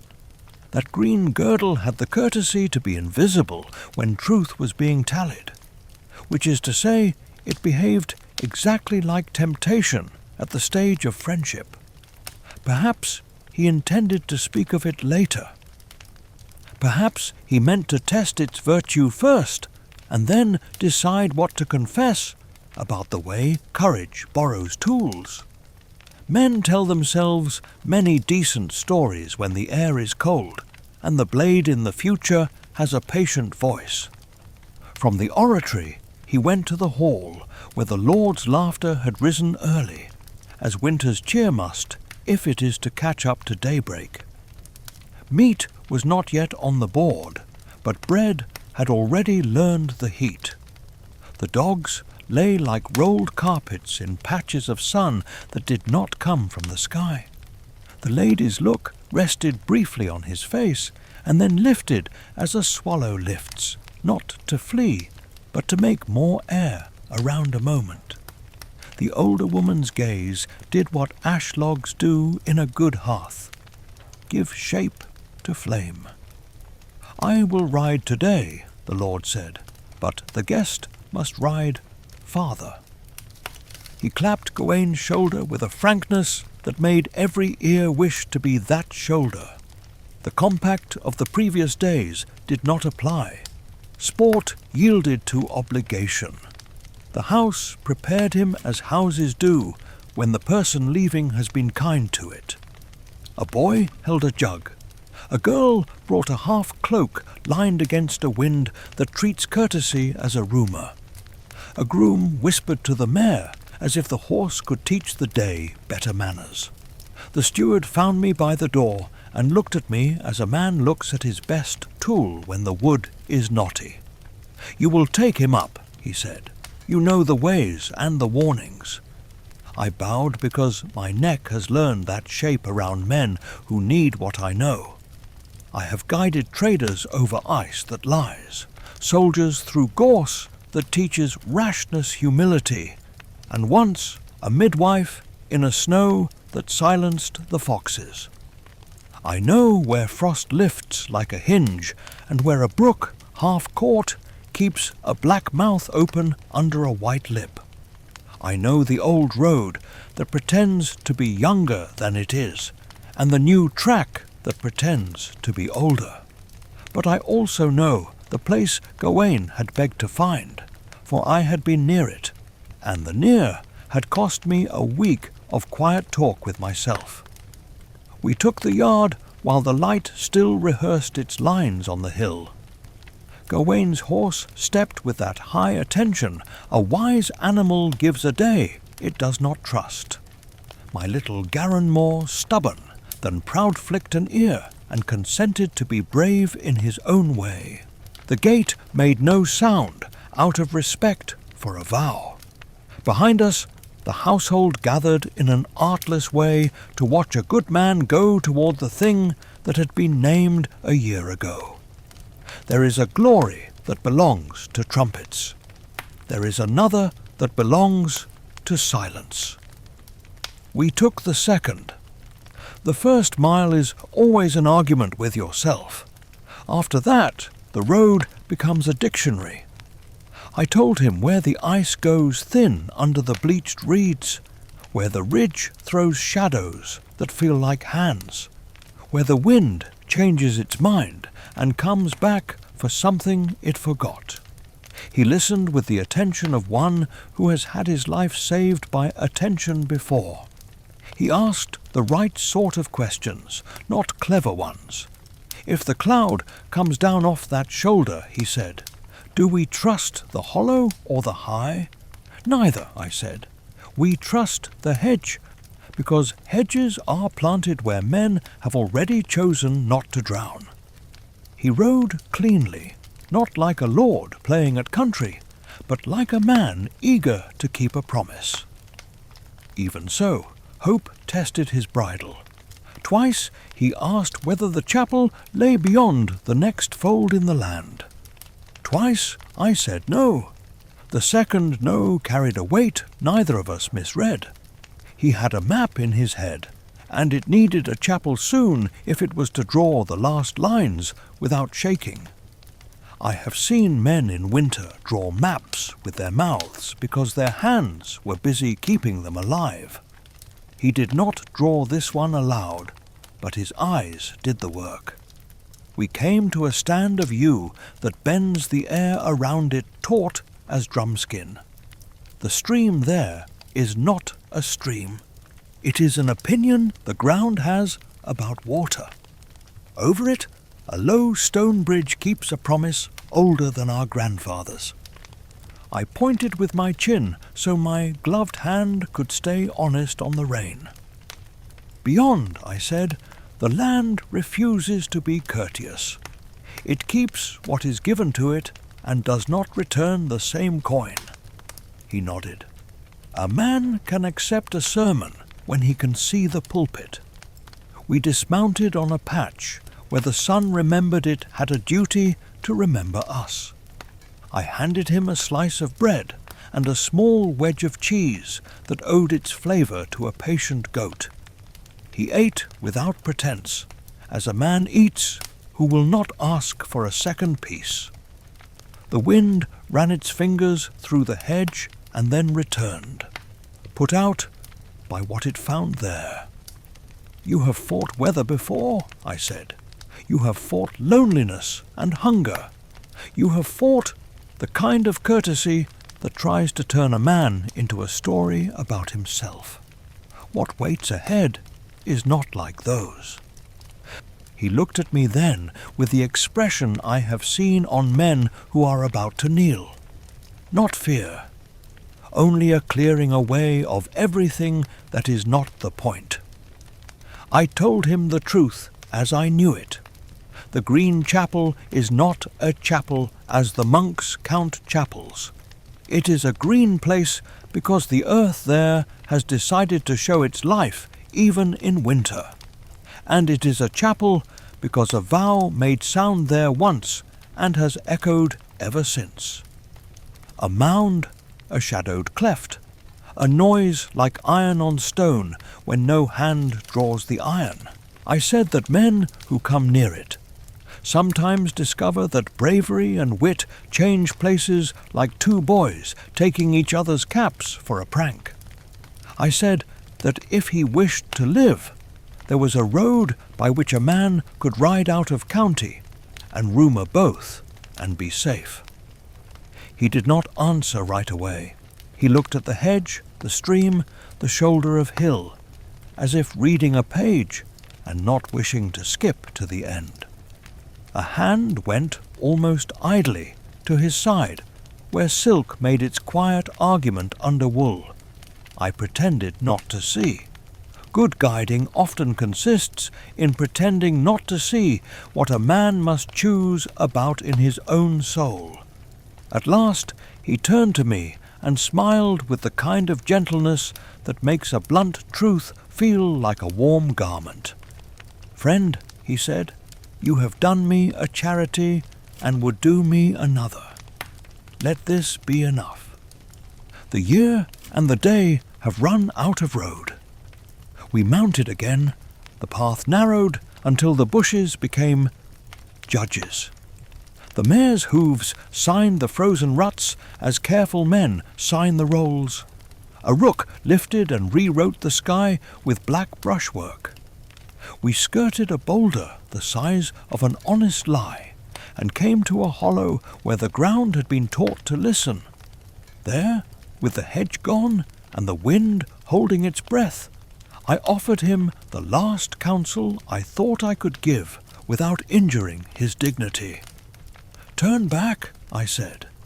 "There is no man in this shire who will name you coward if you take the longer road and spend this day visiting the poor with bread." He thanked me as a man thanks a rope thrown across a chasm he does not intend to use. "If I ride away," he said, "I will meet the axe each morning in my basin." He did not touch the girdle then. He touched the hilt that did not insist on being drawn. "It is easier to keep clean than to get clean," I said, surprising myself with a proverb my mother used to say over stew. He laughed, and the laugh did not make the world smaller. If you have ever walked a friend to a door you wish he did not have to open, and then stood in the yard and found your hands exceeding wise about the knot in the gate rope, you know my office that morning. And if you have ever told a true thing kindly and had it refused kindly, you know the strange comfort that travels home with a rejected warning. But we still wonder whether a man's clearest hour is the one in which he declines a sensible mercy, whether there is a pride that dresses itself as fidelity, and a fidelity that must look, to the timid, like pride. We wonder, too, whether the small secret at a man's waist asks a tax on the courage in his mouth, or only on the boast he is careful not to make. We crested the last rise before the land falls in upon itself. He drew rein. Below, the green lay where winter should have laid white. A sound moved there, a metal whisper with no hand to own it. He breathed once more as if counting, then looked at me and inclined his head, asking for whatever blessing a woodsman keeps in his pocket with the string and the flint. I gave him the only one I believe in. May your word find you exactly where you meant to meet it. He rode down. I remained where a guide remains when the path has become a promise, and promises are private. The light grew thinner and truer. Somewhere under that earth a stone learned a blade's language, and a man kept an appointment he could have broken. I stood until my knees admitted they were men's knees and not oaks. Then I set my face toward the road home, where a fire, if it had been faithful, would be the shape of welcome and not boast of itself. There is a place where the hill breaks its own heart. The grass does not lie flat there. It stands up against winter as if sworn. A black lip of stone opens like a mouth that has learned to keep secrets by swallowing them. I had brought men near this hollow before and persuaded them, with all the art I possess, that a road the other way was the truer one. I tried the same art now, and I did not use small words. Sir, I said, men who come here do not come home. The one who waits keeps no calendar but the blade. He is not like other men. This was not gossip. Guides store warnings as millers store grain, against the day when hunger will be honest. I offered to tie his mare to my own errand, and tell the house I had lost him in a whiteness no man could answer for. I pointed out 3 other thresholds within a morning's ride where mercy could easily mistake itself for fate and be content. I said plainly that the keeper of this green hollow would not trade in jokes or delays, that he had a right hand skilled at ending arguments. He listened, and there was gratitude in his listening that did not try to flatter me into being wrong. He said only that his word was waiting here, and that a man cannot choose a different guest room for a promise without changing the promise into furniture. He thanked me again, and then he smiled the clean kind of smile I have seen twice in my life. On a woman about to walk into labor without frightening her household. On a priest who had decided to forgive a difficult debtor before the debtor came to ask. If you love me, the smile said, without pride, let me go where love cannot spare me. I will not pretend my courage matched his. I have known nights when a creaking shutter was a sermon, and mornings when my own door looked like a question. I am a competent man. I am not a brave one, in the high sense that makes men into adjectives. I told him as much, not to cheapen his choice, but to be sure he would not call after me with a kinder word than was safe to hear. I will climb to the ledge, I said. You will be in earshot if you call. I will be far enough that my fear cannot speak for you. He rode down into the hollow with a light seat, neither defiant nor cowed. The green there had its own weather. The air smelled of wet iron, though no smith was near. Moss wore the stones like a custom-made garment, no seam showing, no spare thread for the wind to tease. The mouth of the place was not a door you could kick or bless. It was a seam between earth, and a sound came out of it that made the hairs at my wrist practice their old trade of warning. Iron on stone, not wildly, patiently, as if the blade believed in its edge and merely wished to be exactly itself. Gawain dismounted. He set his hand on the mare's neck and let it stay until her breath matched his. Then he loosed the reins and spoke to her in the simple dialect all good riders learn, the short syllables that say, "I am a man, you are a horse. We owe each other the kindnesses that are native to each." He walked forward without haste. His shield he did not raise. That was not today's grammar. He called out, "I am here," in a tone that made the hollow sound like a church that had misplaced its clock. The sharpening stopped. A figure moved where the stone cut the hill.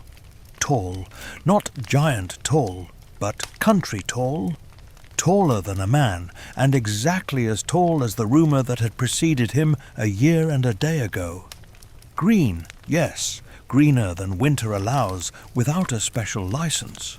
Greener than any garment ought to be, and still keep a man from being laughed at by honest trees. His beard kept its own moss, and his eyes had the hue a river keeps when it intends to be cold past noon. He brought the axe like a farmer brings his best tool to the hedge on a Saturday, not as a threat, but as a declaration of ordinary business. "Well met," he said, or the air made of his look that kind of speech. There is a courtesy among killers that civilians rarely hear. He asked whether the bargain held. Gawain answered that it did, and that his neck was not dignified, but it was available. The Green Knights. Oh, I must name him, though later I would learn other names and other households. Nodded as a workman nods when the job arrives on time with the right cart. He told Gawain to kneel where the turf kept a certain angle. He told him not to flinch. He said flinching makes a poor cut. He said the date had been kept to the very day. He had counted. I did not like the part of me that listened for loopholes, that leaned in to hear whether perhaps a holy day or a saint's leavings could be quoted to defer the blow by an hour. But I have lived too long in the company of small cheats to trust them near big moments. Gawain did not ask for delays. He took the green girdle's whisper into his breath and let it out slowly. He knelt. The ground under his knee gave back a sound like a drawer that has been mended and now closes properly. He bent his head, and in that bending there was an obedience that broke me. We obey many things in life. To obey our own word, when it has turned against us, this is priestly. From my ledge I could see the axe lifted. It is a simple shape, an axe, and the simplicity is what frightens. Swords have stories tied to them like ribbons. Axes have work. The Green Knight adjusted his grip the way a man adjusts a thought he has had before and intends to have again. He brought the blade down in a slow rehearsal, not to test his courage, which did not need testing, but to confirm the distance between intention and skin. The air moved, the moss did not.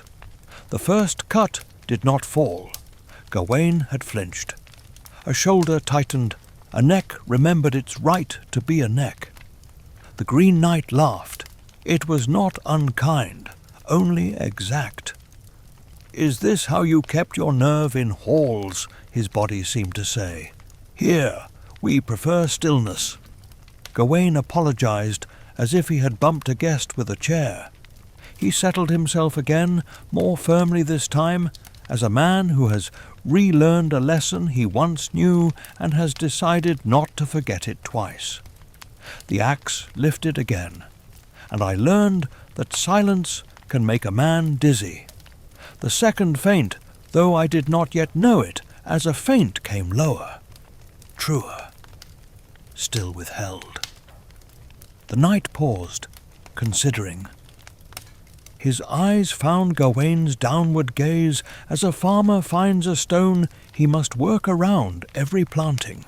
Perhaps he wanted the third to tell the truth about both of them. I have kept you to the edge of the blow and held you there, because it is a true edge and has its rights. While we waited, the mare cropped a little winter grass with the absent-minded courage of her kind. A rook scolded nowhere in particular, as if the drama below were an interruption to important rook matters. The wind found my ear and let it go, remembering some previous appointment with the northern hedges. Even in our fiercest hours, the world does not stop being the world. That is a comfort I recommend to those who like their comfort sturdy. If you have ever steadied a child for a vaccination and found that your own breath was the more difficult to regulate, you know the rhythm in my chest. If you have ever stood outside a door where a friend is being told something that will change his month and known your best gift is not to crowd the wood with your listening, you know the abstinence required on that ledge. But we still wonder whether bravery consists most in refusing to seek favourable terms when unfavourable ones have been agreed. Whether the small, bright ribbon tucked at a man's waist weakens the neck at the last inch, or strengthens the heart for that inch. Whether mercy, if it is hidden, can be counted alongside truth, when truth is added up in a green hollow. We wonder, too, how much laughter a man can carry away from a day when the air has learned the weight of his name. The Green Knight raised the axe for the third time, and a quick bird in me wanted to dart from my ribs and change the sky. I kept my place. A guide must not cry out when a traveller reaches the only map that matters. The third stroke would come. What it would write, we would read in the same ink. Gawain did not move. His fingers learned a new stillness. He had the look of a man who has set his cup down exactly where it belongs, and is ready to hear a verdict he cannot appeal. I leave him there, not because I wish to be cruel, but because a pause belongs to this hour the way breath belongs to speech. He had declined my sensible mercy. He had accepted my goodwill. He had kept his date. Under the hill, iron-kissed stone as if sealing a letter. Above the hill, a rook reconsidered its scold. Between them, a neck waited without preaching. I pressed my palm against the rock, as a man does who needs to feel something unarguable. It was cold. It was clean. It would remember this day if no other witness did. The third lift of the axe made a new weather around the hollow. Not wind, not thunder, but a pressure the body recognizes before the mind consents. Gawain did not move. His hands opened a fraction, as if letting go of every small excuse that might beg to live in his fingers. The Green Knight's shoulders settled. The blade came down, not as a shout comes down, but as a decision does. A dry sound answered, the kind a reed makes when it is cut for a shepherd's pipe. The blow bit just enough. A bright line opened at the side of Gawain's neck. A bead stood, and winter's breath took it for a jewel and left it where it was. He was on his feet in the instant a hare uses to pass from seen to not seen. The mare jerked and steadied. Gawain's hand found his hilt, not in rage, but in rightness. "Hold," he cried, voice clear enough to be counted from where I stood. "The bargain's done. You had your stroke. You shall have no more. I have stood for 3 and live. That is the measure named. We are even." His head was high, his eyes unclouded by pleading. I have seen a miller put his palm flat upon a ledger after a fair exchange and refuse an extra coin that would sour the whole page. The manner was that. The Green Knight let the axe fall to his shoulder and laughed in a mode the hill understood. It was not scorn. It was not mercy parading as humour. It was a sound men make when a sum turns out exactly, down to the last bean, and the day can go home honest.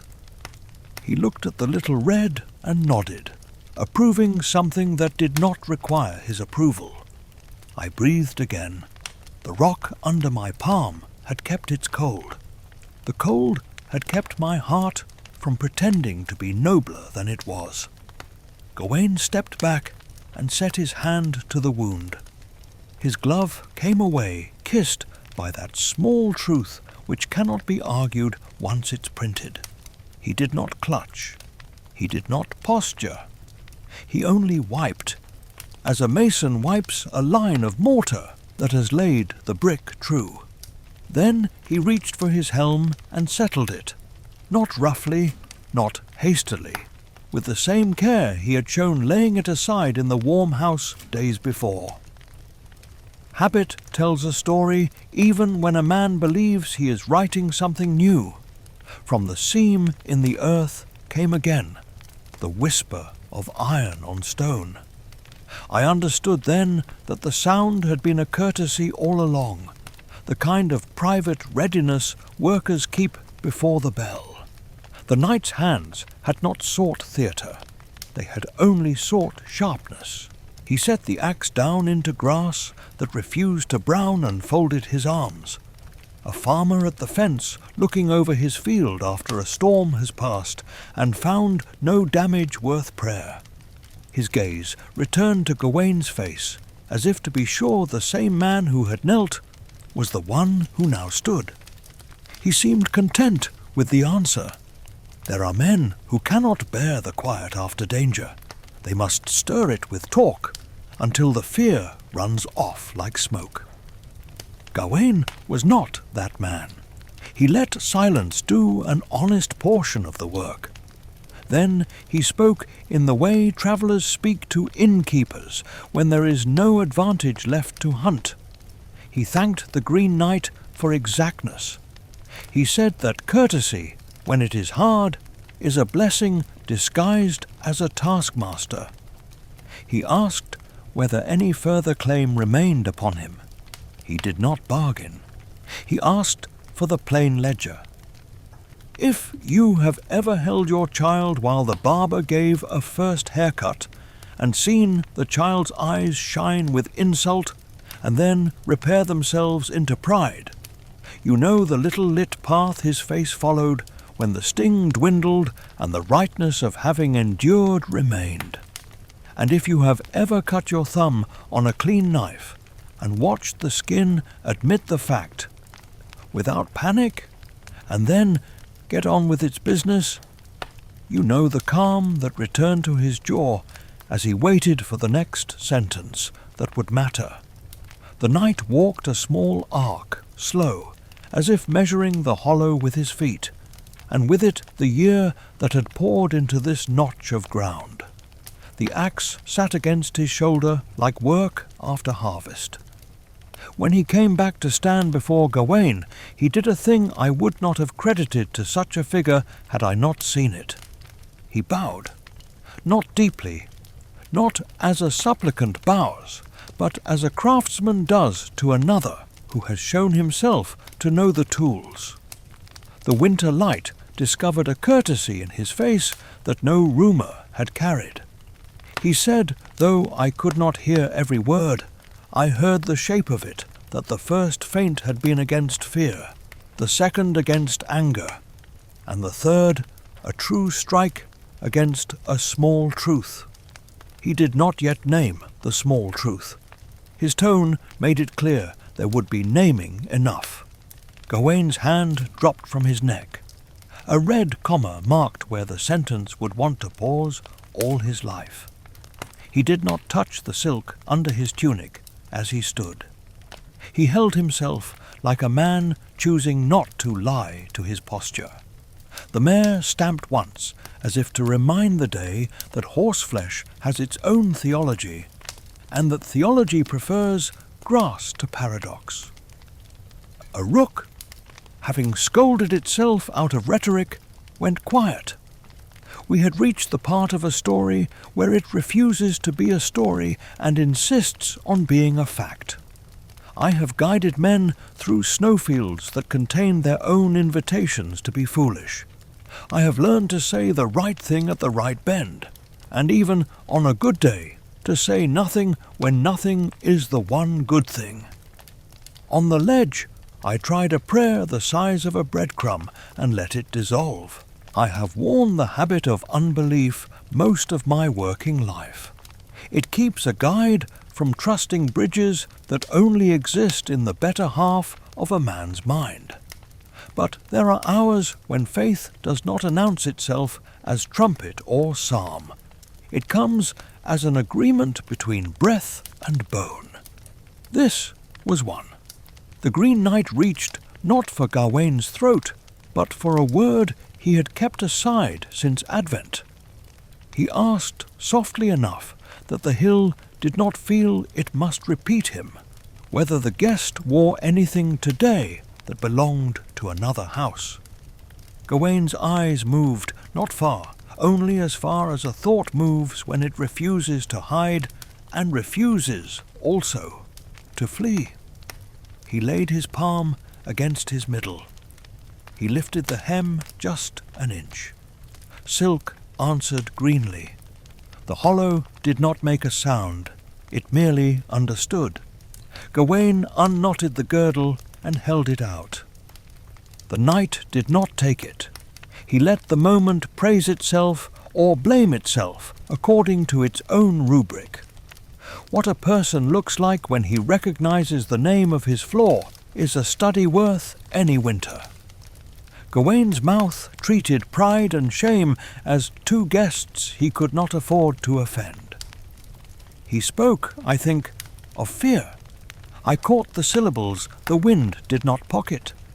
He said life had felt dearer than he had supposed it would under a green hill, and that he had taken a small counsel against harm of a sort a better man might have scorned.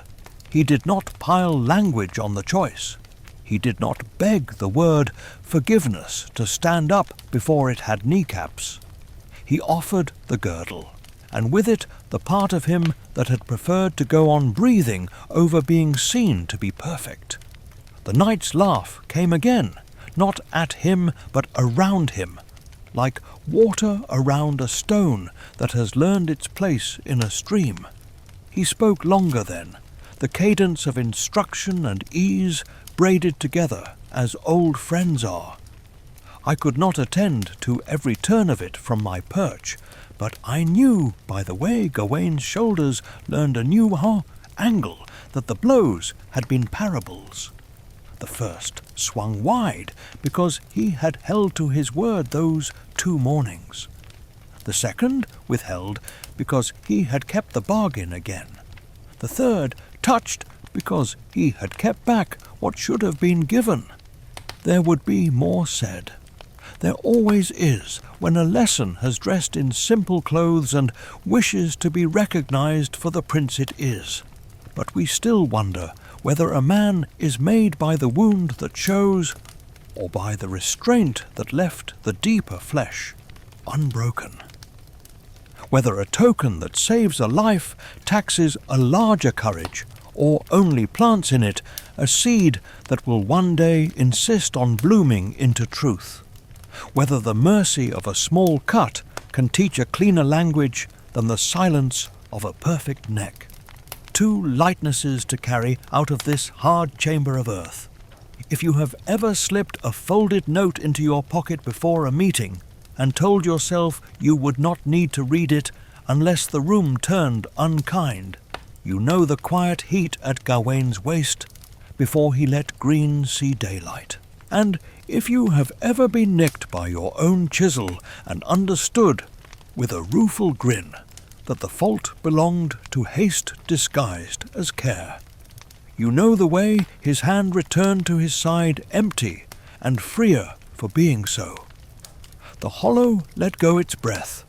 The moss seemed to accept that its hospitality had been properly used. The mare shook herself once, careful not to step on the story. The knight stood as if he would soon say a name that belonged to a lamplit hall and to herbs hung from beams, and the air between them grew thinner and kinder, the way air grows after thunder when fields remember they are fields and not theatres. From my ledge I weighed whether to go down. A guide must know when his eyes belong near, and when they belong far. I let one more beat pass, in which the year completed itself inside the shape that had been cut for it. Gawain lifted the girdle as if it weighed the same as a word he would keep, and teach others to say properly. The knight inclined his head again, a craftsman acknowledging that another craftsman has, with an error included, finished the piece that needed finishing. I made ready to leave my rock and present myself, not as a judge, not as a praise singer, only as the man who had tried to show the safer road and learned under a green hill what kind of safety a vow respects. The lesson stood there in the air, complete as a circle drawn with a steady hand, and then, as winter allows, the circle widened to include names. The Green Knight rested the axe as if it had finished the day's sermon. He regarded Gawain not as a butcher regards a carcass, but as a craftsman regards another craftsman's work. Error and excellence shone in the same wood. When he spoke, the voice had lost its theatre and kept its timbre. He said the first raise of the axe had been for the first morning's faith, when Gawain had won a kiss and returned it in plain coin by night. He said the second lift had been for the second morning, when courtesy and constancy had again kept their reckoning.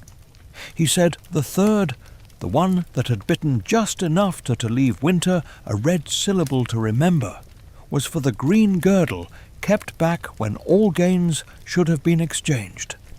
He did not scold, he did not play judge. He spoke the way a mill speaks when it names the measure you yourself brought to the door. I have seen men taught by harsher masters refuse a truth at this point and choose theatre over repair. Gawain did not. He bowed his head once, slowly, not as to a king, but as to arithmetic. Then he drew breath and did what I honour most in a man with a wound still awake. He named the fault without feeding it. He said fear had laid its hand on his shoulder. He had not shaken off the hand. He said love of life had outtalked love of clean ledgers. He asked no pardon yet, and offered none to himself. He held the girdle out as a fact, and kept his eyes where facts keep theirs. The knight laughed, and the laugh surprised even the hollow into friendliness. He stepped back 2 strides, and with the step his stature changed by a measure the eye notices more than the yardstick does. He set the axe down in moss that had learned to trust it. He lifted a hand, and the light around his face learned another grammar. Green bled into ruddy, not as paint bleeds, but as shadow does when noon insists on being noon. The beard kept its winter. The eyes warmed from river to hearth. He spoke a name that belonged to beams and a wide table. Bertilac. In that name the castle stood up from mist in my memory. The hall where meat is praised plainly. The hearth where herbs hang their small green alphabets to dry. Gawain's shoulders changed the way a door changes when the right key is found. He did not stumble backward as men do when magic unbuttons its coat. He nodded once, holding together in his look the 3 days' hospitality and the 3 mornings' assays, the laughter at the board and the lifted axe here under earth's lip. I have known revelations that scatter a man like chaff. This one gathered him. He let himself be corrected into wholeness, which is rarer than being dazzled. I left my ledge. A guide must know when distance honours, and when it begins to lie. The slope found my knees. The grass remembered feet and allowed mine. As I came level, Bertilac turned to me with the easy recognition a good host gives to a man who has delivered firewood on time all winter. He had the courtesy to include me in the new truth without making me carry any of its weight. "Friend," he said, and the word held no trap. "You have done the day's small work. Come, hear the rest." He spoke then the plain doctrine of the 3 strokes. The first lifted above the neck, because Gawain had returned what the lady's lips had taught him to earn, and had returned it without boasting. The second lifted because he had done so again. The third touched because the girdle had been treated as private property inside a public covenant. A small fault, Bertilac said, and the phrase had no vinegar, the sort that many call wisdom when it trembles in their own waistcoat.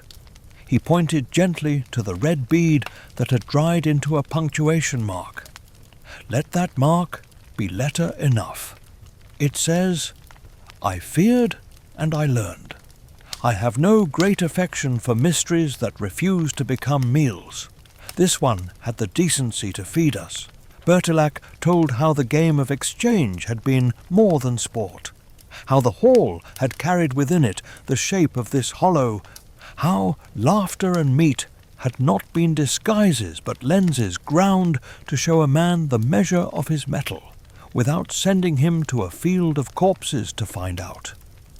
He did not yet speak of the mind behind the mask, the hand that had painted him green and sent him to court. That name would belong to the next hour.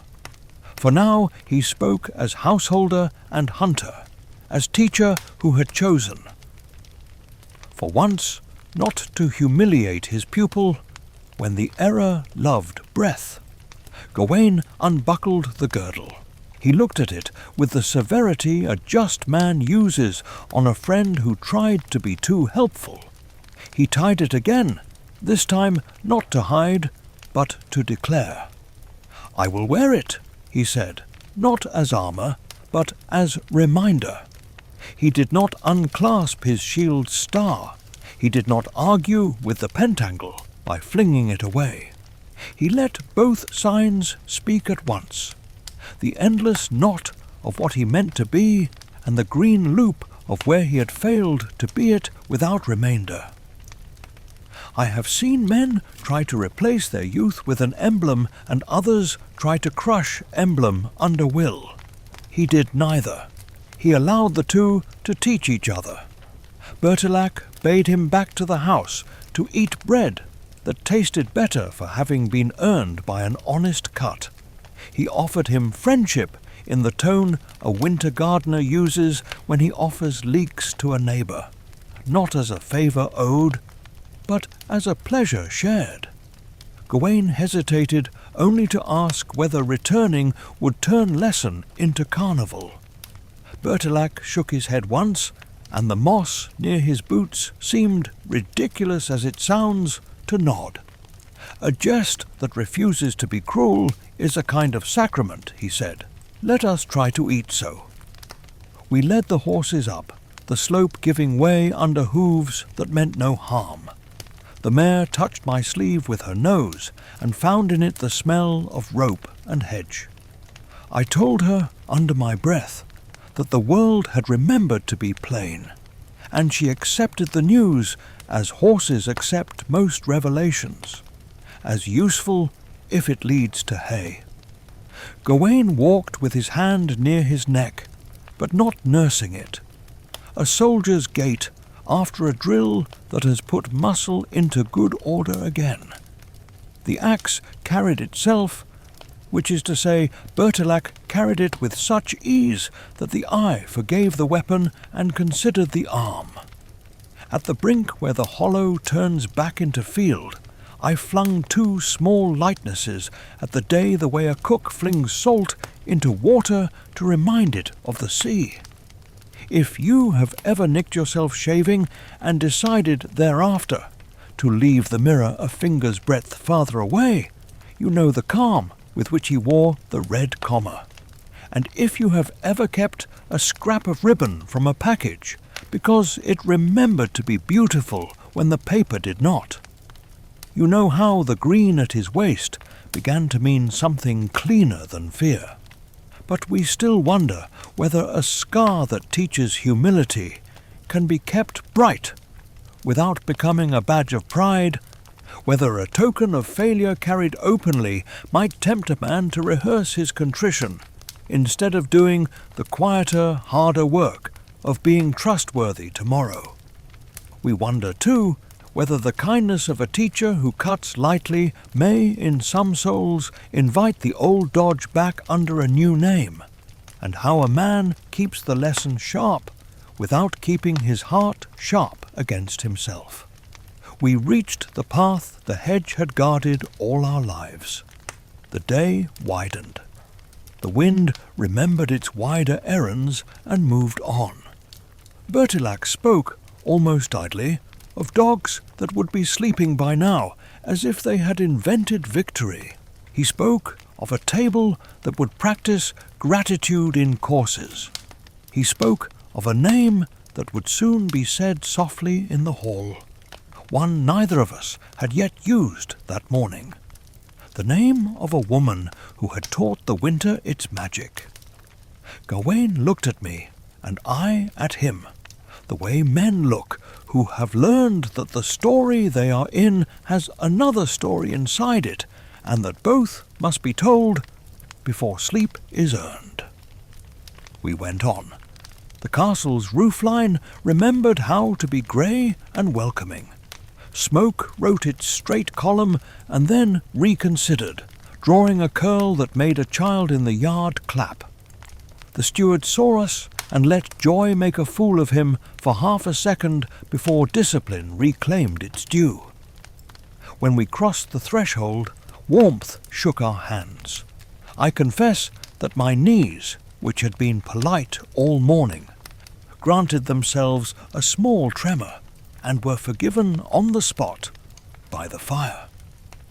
Bertilac's people took his cloak as if it were a weather map. They took the axe as if it were a familiar sermon. They glanced at Gawain's throat, and then studied the floorboards, as decent folk do when decency is due.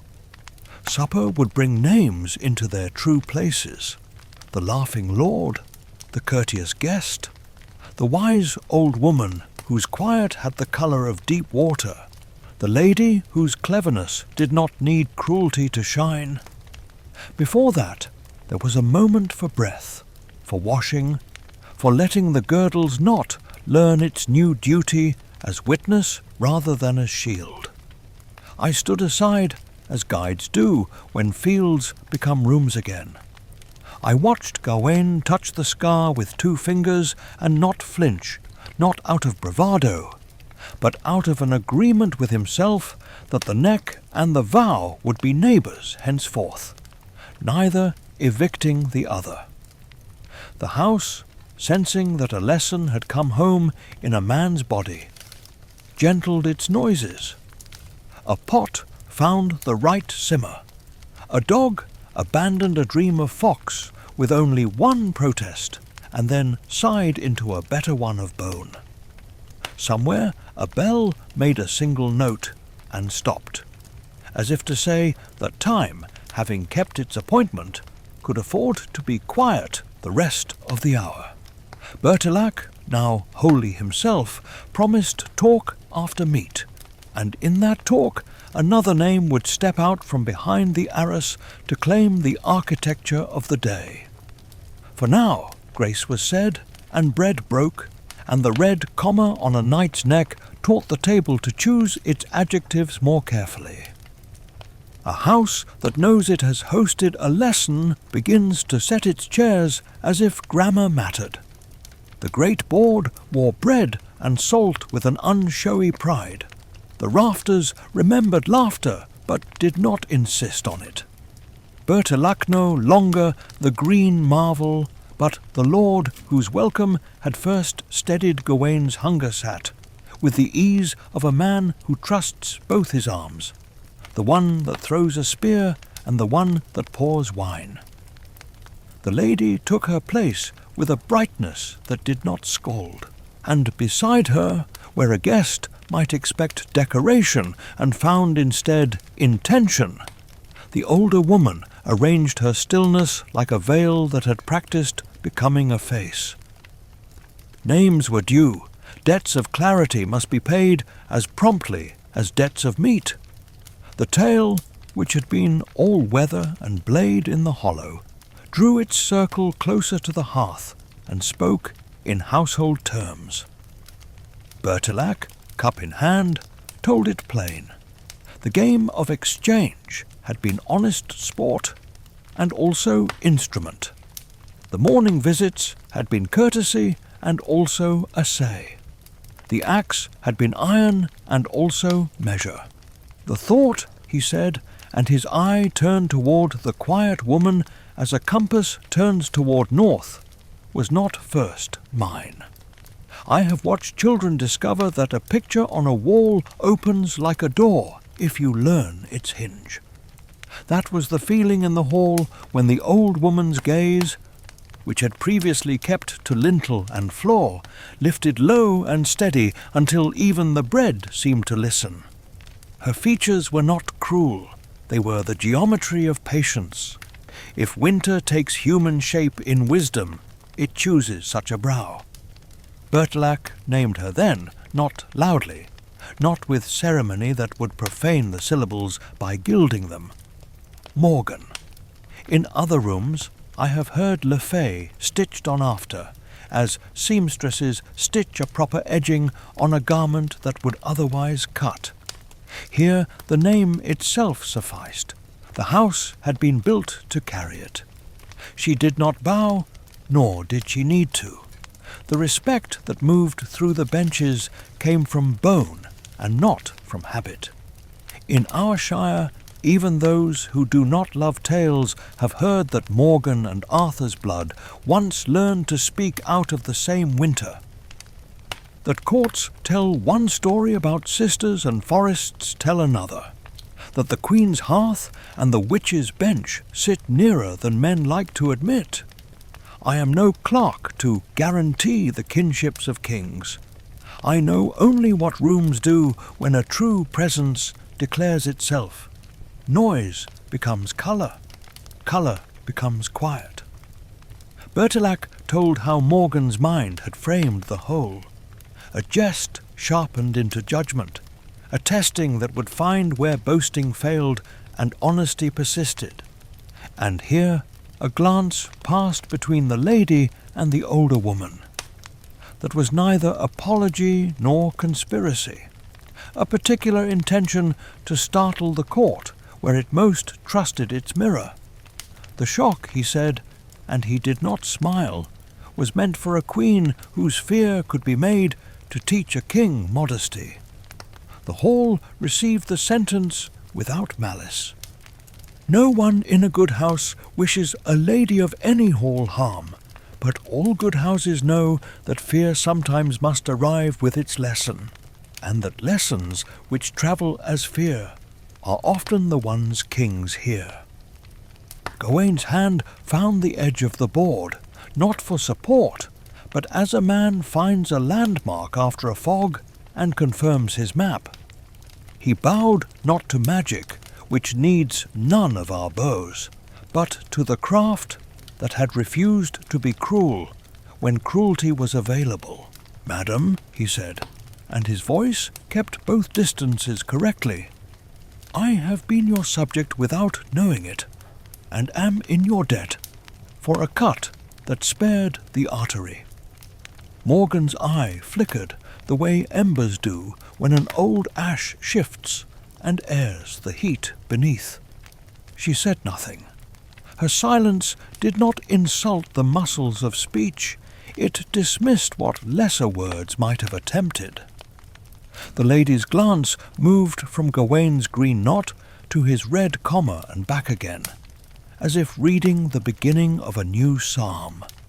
She could have preened over the skill with which she had threaded courtesy into temptation. She did not. A housekeeper of trials, she called herself lightly, and the word housekeeper, deprived of insult, showed its nobility. One who keeps the house of a lesson, so the lesson can eat without losing appetite. If you have ever run a warm cloth over a table after a difficult talk, and found that the wood's grain seemed to approve, you know the work she named. Meat was served, not as triumph, but as repair. We ate with the particular gratitude men feel when the day's doctrine has been costly and is now digestible.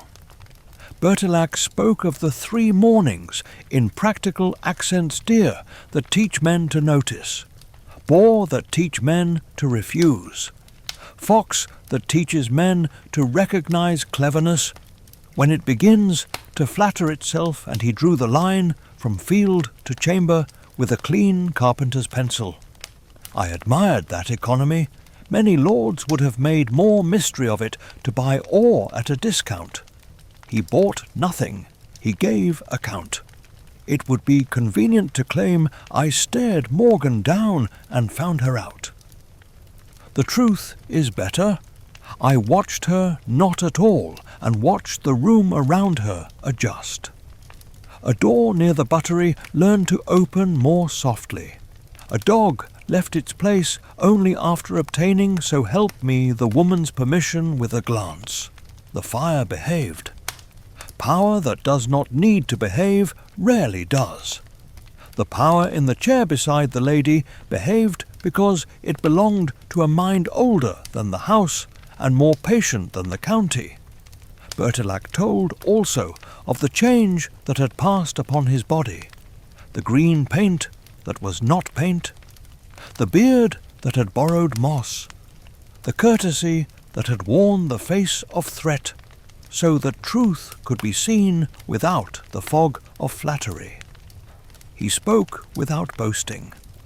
Transformation, when done under supervision, is a craft, like tanning, like brewing. The miracle sits in the schedule, not the flash. He credited Morgan, and I saw pride disguised as humility in men's eyes around the board. The sort of pride that says, we have lived months beside this mind and did not take harm because harm was not the plan. Gawain set down his cup and spoke the line that would carry him home truer than his shield alone could. He called his error by its right name, cowardice in the corner where courage keeps its old shoes, the corner we all have. He tied the green at his middle, not to hide shame, but to nail it to the day's wall where he could see it. I will tell the court the method of my being spared, he said. I will insist that any honour they lend me borrow first from this ribbon. The vow made the cloth lighter and heavier at once, as all decent vows do, but we still wonder whether exposing a fault in public cures the fault, or only styles it, whether a green sign worn openly will become a brother to truth or a cousin to pride, whether courts, which love fashion as much as they love justice, can let an emblem teach them longer than a fortnight. 2 loosenings for the strap of thought while the stew settles. If you have ever kept a cracked cup, because it fits your hand better than the whole ones and reminds you to place it down gently, you know the use Gawain found for green. And if you have ever watched a bright child confess to stealing a plum and then, the next week, insist on washing the bowls after supper unasked, you know the difference between theatre and growth, and why the hall breathed easier at his words. When the talk had set the furniture of truth in its places, Bertilac stood and looked to Morgan for the last word, as a well-raised son looks to his mother when guests must be seen to the gate. She gave a nod that was not dismissal.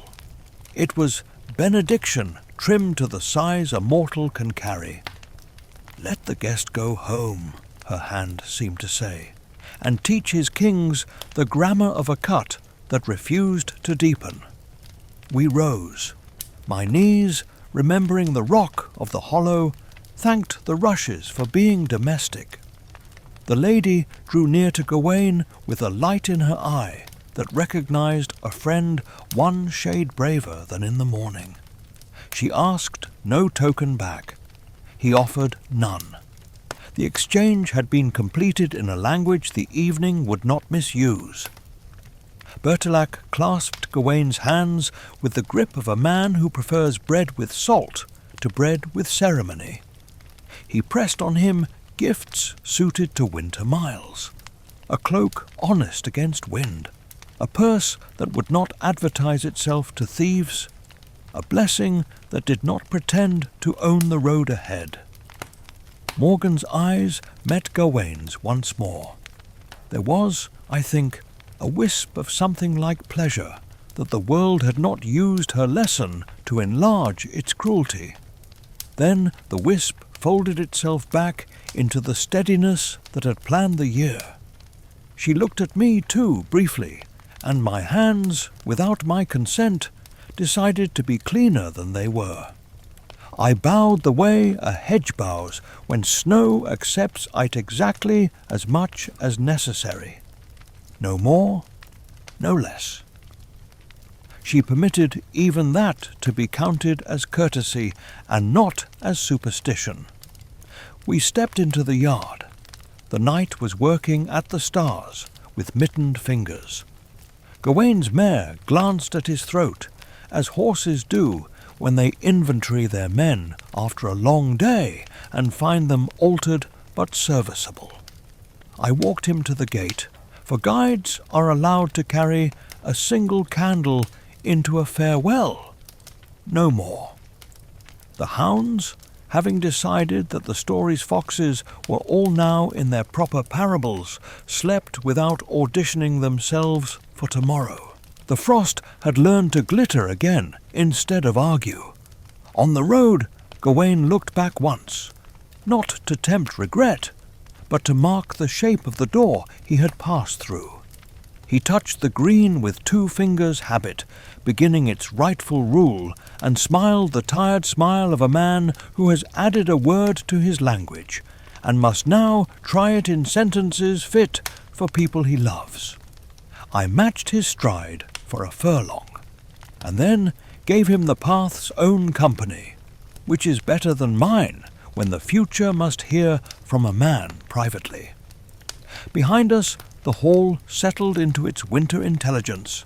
Before us, the lane learned the weight of a scar that would earn laughter and restraint from kings. The moon, undecided how bright to be for such an hour, tried several measures and then chose one that suited honest travel. I thought of the court and its mirrors, of the queen who would not die of fear but might begin to listen to it, of the children who would finger green ribbons without yet knowing where the first knot had been tied. I thought, too, of the way a woodsman's door will answer a knock, the same whether the hand is gloved in ermine or cracked by weather. The night did not lengthen to make room for our thoughts. It kept its appointments. So did we. The path to Camelot is longer than rumour says, and shorter than a man's pride would prefer. We set our boots to it in the right order left. Right, left, and let the frost remember each step, as if writing minutes for a meeting the year had held with itself. The morning would find us among other voices, but for a few miles more, the forest which respects secrets and keeps them only until they ripen into instruction, walked with us, approving. Roads remember hooves better than songs do. We followed the frost's narrow ledger south, letting hedges turn into villages and villages into the wider grammar of a king's country. Gawain rode with winter tidied behind his eyes, the green at his waist no longer a secret, but not yet a banner. I kept the pace of a man who knows when to speak and when to count fence posts. The days loosened by shy degrees. A rookery moved like thought across the sky. Bread in small towns arrived at our hands, warm for once. We talked mostly of hay and weather, and where the Fords had learned to behave talk that keeps courage in a reasonable mood on the last miles before audiences. It was nearly 12th night when Camelot took shape. First as rumour in the mouths of teamsters, then as a grey line hard against the cold, then a stone with purpose. Great places are like weather systems. They gather themselves from a distance and arrive with courtesies that can be mistaken for force. At the gate, the guards saw not a hero, but a rider who had kept a rendezvous, which is the better sight. Within, the hall rose up in tapestries and winter greens, candles held high as if midwinter proudly admitted its need. Faces turned, joy made a clatter of hands. Gawain's horse shivered under the sudden warmth, and then settled as if it understood that some stables are built of people. The king came forward with a brightness winter could not insult. The queen's gaze, deep and exact, found the red comma at Gawain's neck, and stayed there for a dignified heartbeat, before kindness reclaimed it. Knights pressed near, letting their armour speak for them until their mouths remembered courtesy. Pages, their ears pink with important cold, learned the posture of witness. Gawain dismounted with the ease of a man who has left part of himself under a green hill and intends to keep visiting the rest of himself with better manners. He spoke before the hall had time to embroider his return. He told the tale plain, with neither salt nor apology added beyond what truth required. He named the guest of New Year, the holly and the axe, the year and the day. He named the castle behind the mist, the host whose laughter had cut through winter, the hunts that taught him to read refusal and cunning. He named the mornings in the chamber, the kisses given cleanly, the compact kept publicly, the green silk kept privately. He named the hollow, and there the hall dipped its collective head, as men do when a road they have never taken still teaches them where to place their feet. He touched the wound a small gesture, a large sentence, and lifted the girdle so that all could see where fear had petitioned for leniency and been granted it. There was laughter, but it was the kind that knows how to bow. It came first from the king, whose good mirth is never hired by vanity, and then from the benches, where good men remember that the shortest path back to courage often passes through a truthful joke. Because Arthur laughed, the hall could call the green not a disgrace, but a lesson with scalloped edges. They called for baldricks and sashes, bits of ribbon saved from wedding chests and summer markets, anything that would tie. Men bound green about their arms and necks and shoulders until the room itself wore the colour like a meadow asserted against frost. They vowed not with the unwise heat of boys, but with the recognizable grammar of adults to wear the green as a reminder that courage can fail gracefully and rise again, more honest for having fallen. Gawain did not let the laughter purchase him.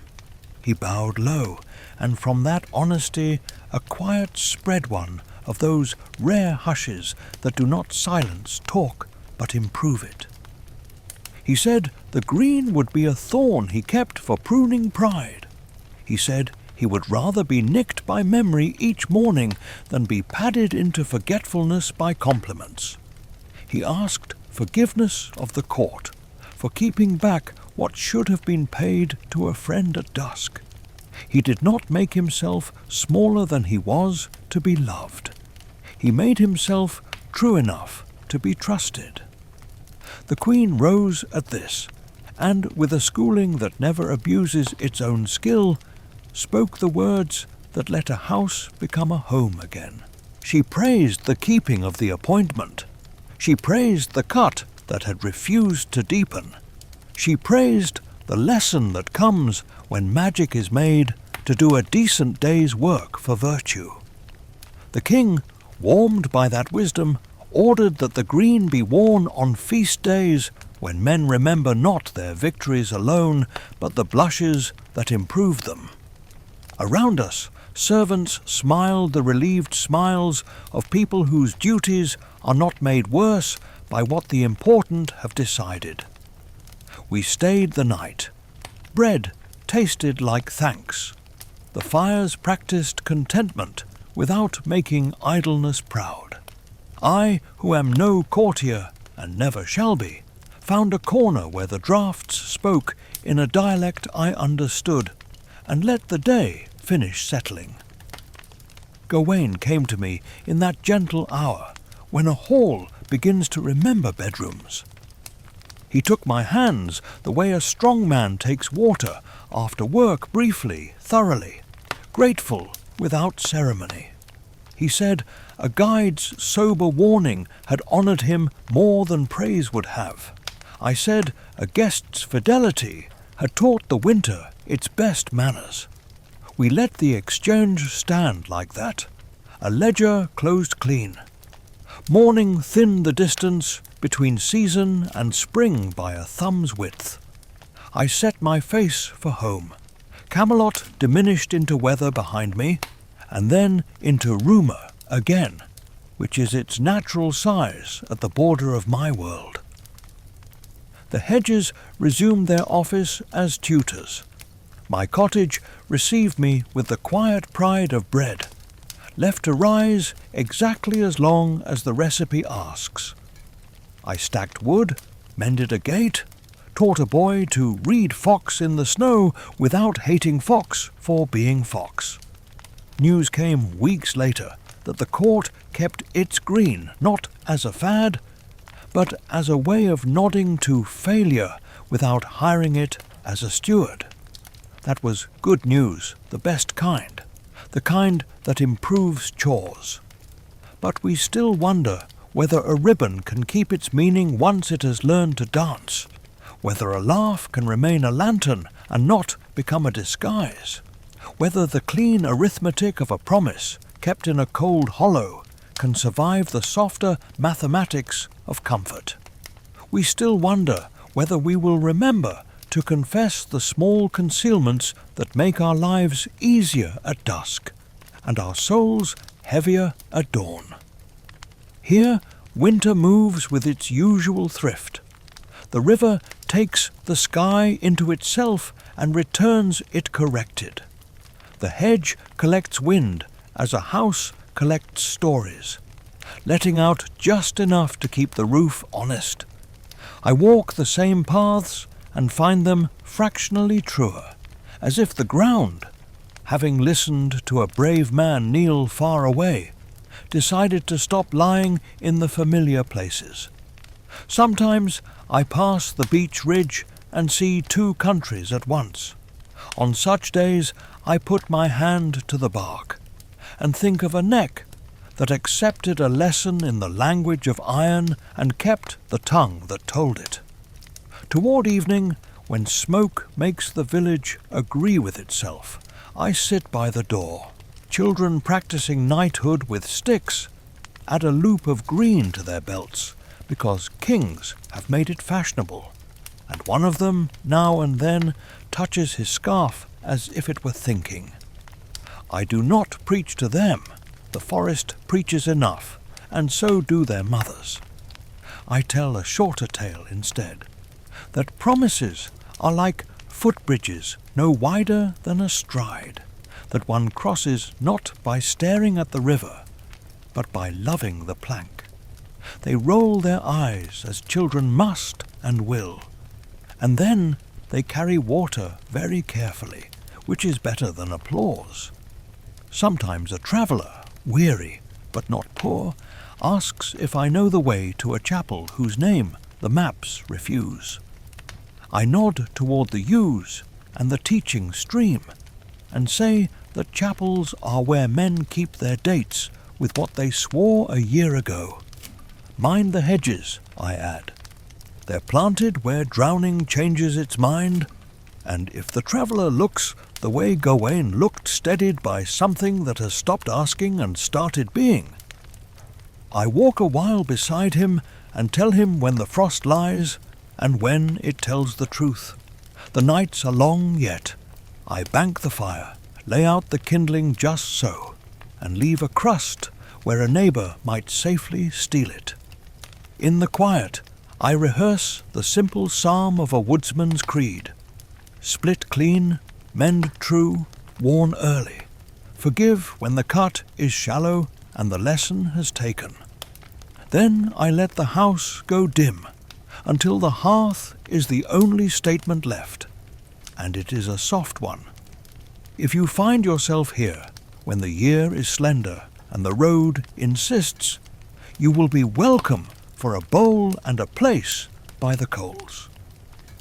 We can talk about hedges and bridges, and why a rook pretends to scold when it means to praise.